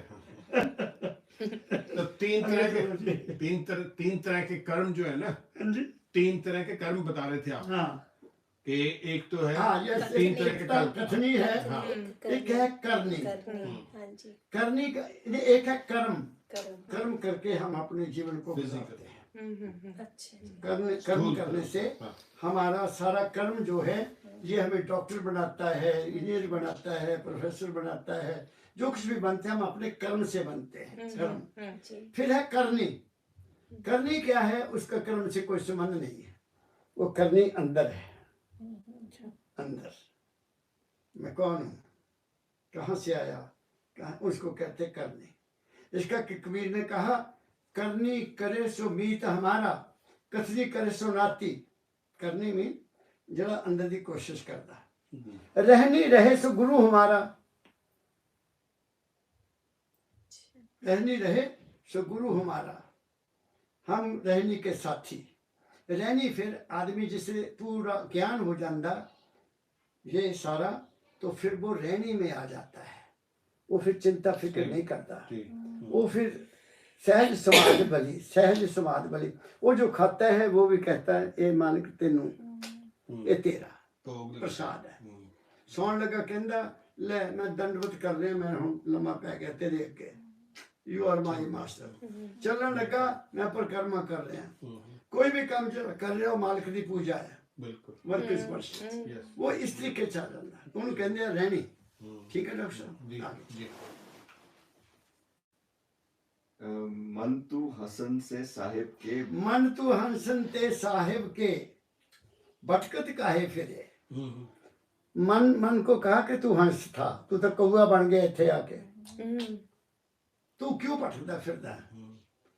कम विदिन, अंदर आ जा, देख तू की है। मन तू हंसन थे साहिब के भटकत काहे फिरे। सतगुर छोड़ और सतगुरु छोड़ और को ध्यावे, तेरा कार्य एक ना सरे। सतगुरु यही है, बाहर नहीं। बाहर की पूजा तुम्हें वहां नहीं पहुंचाएगी। ये फैसला है संतों का, इसलिए कह दिया भक्त, उपासक, जोगी, ज्ञानी, जपी, तपी सबने चक्कर खाया, क्योंकि बाहर ही है वो। जोगी बन गए, कोई कहता मैं बहुत ज्ञानी है, कोई कहता मैं बड़ा भगत है, तड़के उठ के वो नहीं है। रहनी में आ जाओ, बी सिंपल, घर की ड्यूटी करो। गृहस्थ आश्रम सबसे उच्च आश्रम है। साढ़े घरानों संत भी देखते हैं, वो भी आ जाए तो भी आ जाए, वो पैसे ज्यादा वो ज्यादा दे जाऊगा। बात समझ। गृहस्थ आश्रम सबसे उत्तम आश्रम है। कोई डेरा, कोई मंदिर, कोई बता दो जो तुम्हारे बगैर चल रहा है। क्यों डॉक्टर साहब? बिल्कुल मुश्किल है सर। हाँ, मुश्किल है सारे। Yes, they are waiting for you. उन्होंने अगे दलाल रखे हुआ, तुसी उन्होंने कहो कि उत्थे चलना। मोटर तैयार कर दित्तियां, मोटर जा रही जी उत्थे नूं यात्रा ते, आ जाओ। Why to go, where to go. हाँ, सतगुर छोड़ और को ध्यावे कारज एक न सरे। सतगुरु नूं छड़ना, अपने आप चलो, अंदर है वो। साधन सेवा कर मन मेरे कोटन व्याधि। कहते अफ्रीका तू साधुओं की सेवा कर। साधन मैं कहना घरदियां की सेवा करो। बाहर संत का भी पता नहीं की जाएगा। मेरे दादा कहा करते थे चैरिटी बिगिंस एट होम। माता पिता की सेवा करो, बच्चों को पालो, उनको अच्छा ज्ञान दो, उनका जीवन बनाओ, वही सबसे बढ़िया। इकट्ठे बैठ के रोटी खा लो, वही लंगर है, वही लंगर है। बाहर लंगर लगाने की लोड़ है। शुरू वहां से करो। Take care of your family. Take care of your children. They are our property. वही है, बाकी कोई प्रॉपर्टी नहीं है। If they are okay, everything is okay. वो हमारे से आगे निकले तभी तो बात बनेगी ना। तो इसलिए ये जो धर्म है, हमारे जो धर्म है, वो धर्म रहे नहीं, अधर्म है। संतों ने हमें रास्ता बताया, महापुरुषों ने रास्ता बताया। वो इसलिए पैदा हुए कि हम राह से कुराब है, भटकने लग गए हम। कबीर कहता है बिछड़े हैं जो प्यारे से भटकते दर बदर फिरते। बिछड़े हैं जो प्यारे से भटकते दर बदर फिरते। हमारा यार है, हमको इंतजारी क्या। वो हमारे अंदर है, हमको क्या इंतजारी किस बात की। ये इश्क का मादा दुई को दूर कर मन से। दुई दूपर छड़ दे के वो लागे ले तो। समझ की बात है, जब समझ आ जाए तभी। एक संत ने और कहा कामी तेरे, क्रोधी तेरे, पापी तेरे अनंत। सब तर जाएंगे, क्योंकि उन्होंने मने यहाँ पे माल कहेगा। कामी तेरे, क्रोधी तेरे, पापी तेरे अनंत। आन उपासक कृत ग्रंथ तेरे न नाम रटंत। आन उपासक होता है जो दूसरे की पूजा करता है। अच्छा, दूसरे की पूजा करने वाला कि वो भगवान मेरे से अलग है, वो वहां रहता है, वहां जाना चाहिए। आन उपासक कृतगन मेरी किसी ने मदद की थी, somebody helped me, और मैं अनग्रेटफुल हो जाना तो मेरे जैसा कृतगन कोई नहीं। माता पिता ने मैंने पढ़ाया लिखाया सब कुछ किया। मैं माता पिता ने कह जाओ हुण तुसी उत्थे वृद्ध आश्रम च रहो, तो मेरे जैसा पापी कोई नहीं। क्या कहा मैंने? ये संतां दी बाणियां जेहड़ी मैं तुहानू दस रहा। आगे कहत कबीर सुनो भाई साधो सहज में जीव तरे। कबीर साहब कहते हैं वो सहज में तर जाओगे, तुम क्यों चक्कर में पड़े हो, चिंता छोड़ दो। फिक्र करे सो बावरे, फिक्र करेंदे बावरे, जिक्र करेंदे साध। उठ फरीदा जिक्र कर, फिक्र करेगा आप, आपे फिक्र करेगा। फिर आखिरी कहता उन्होंने फरीदा बुरे दा भला कर, हाँ हाँ हाँ फरीदा बुरे बुरे दा भला कर, हम्म, गुस्सा दिल ना हड़ाए, गुस्सा ना कर। प्यो ने मेरे नाल एह कीता, गुस्सा मन ना हड़ाए, देही रोग ना लगी, तेरी देह नूं कोई रोग नहीं लगना जे तू गुस्सा कीता तां। गुस्सा कीते तो रोग लगना ही लगना। देही रोग ना लगी, पल्ले सब कुछ पाए, तेनू सब कुछ मिल जाना। अगे दसो जी हुण। बस जी मेहरबानी रब दी मेहर। डॉक्टर साहब बहुत मैं बहुत खुश हुआ आप बहुत मिले, बहुत अच्छा मैडम जी मिले, डॉक्टर साहब मिले, ये एक मेरा बड़ा सौभाग्य है। हमारा आप मेरी बात को ध्यान से सुना सही और मैं जानता हूं कि आपके दिल में कुछ न कुछ उतरा है और उतरेगा इस्तेमाल करने वाली बात है, ऐसे, क्योंकि मैं हमें इस्तेमाल करना है बस। ये कुछ नहीं चीजें बस नहीं, हाँ मोती है, मोती थोड़े से जरा एक घड़ी आधी घड़ी आधी सेबू आध, तुलसी संगत साध की कोट कटे अपराध। साध वही है, कपड़े पाले साध बन गए, वो तो ठा गए डराते सानू। साध तो वो है जो मन की साधना करता है, वो साध है। मन को साधे सो साध, जो ज्ञान की खोज में है वो सत्संगी, जिसने ज्ञान को समझा विवेक जाग गया वो हंस, जो उस पर चलने लग गया वो परमहंस, जो वहां ठहर गया वो संत। वो संत है। 3-4 स्टेजेस में बता दी। आप सुखी रहो, आपकी जोड़ियां सलामत रहें, आपके बच्चे काबिल बने, और मालिक ने कभी वक्त मिला तो मैं फिर एक बार आऊँगा। बिल्कुल। इन्होंने नया मकान थोड़ा एक्सटेंड करना है, ਉਹਦਾ उद्घाटन मैं ही करना आके। Very good. Very nice. Doctor Ahmad का एक्सटेंशन करने का विचार है, मुझे नक्शा दिखा दिया, अच्छा मैंने उस पर हाथ रख दिया, बहुत बढ़िया बनेगा। बहुत बढ़िया एकदम डॉक्टर साहब तुम उत्ते बैठो, हाँ जी उत्ते बैठो अच्छे आ जाओ। ठीक प्लीज। अच्छा, Yeah, sorry. नहीं I'll go and get some drinks. नहीं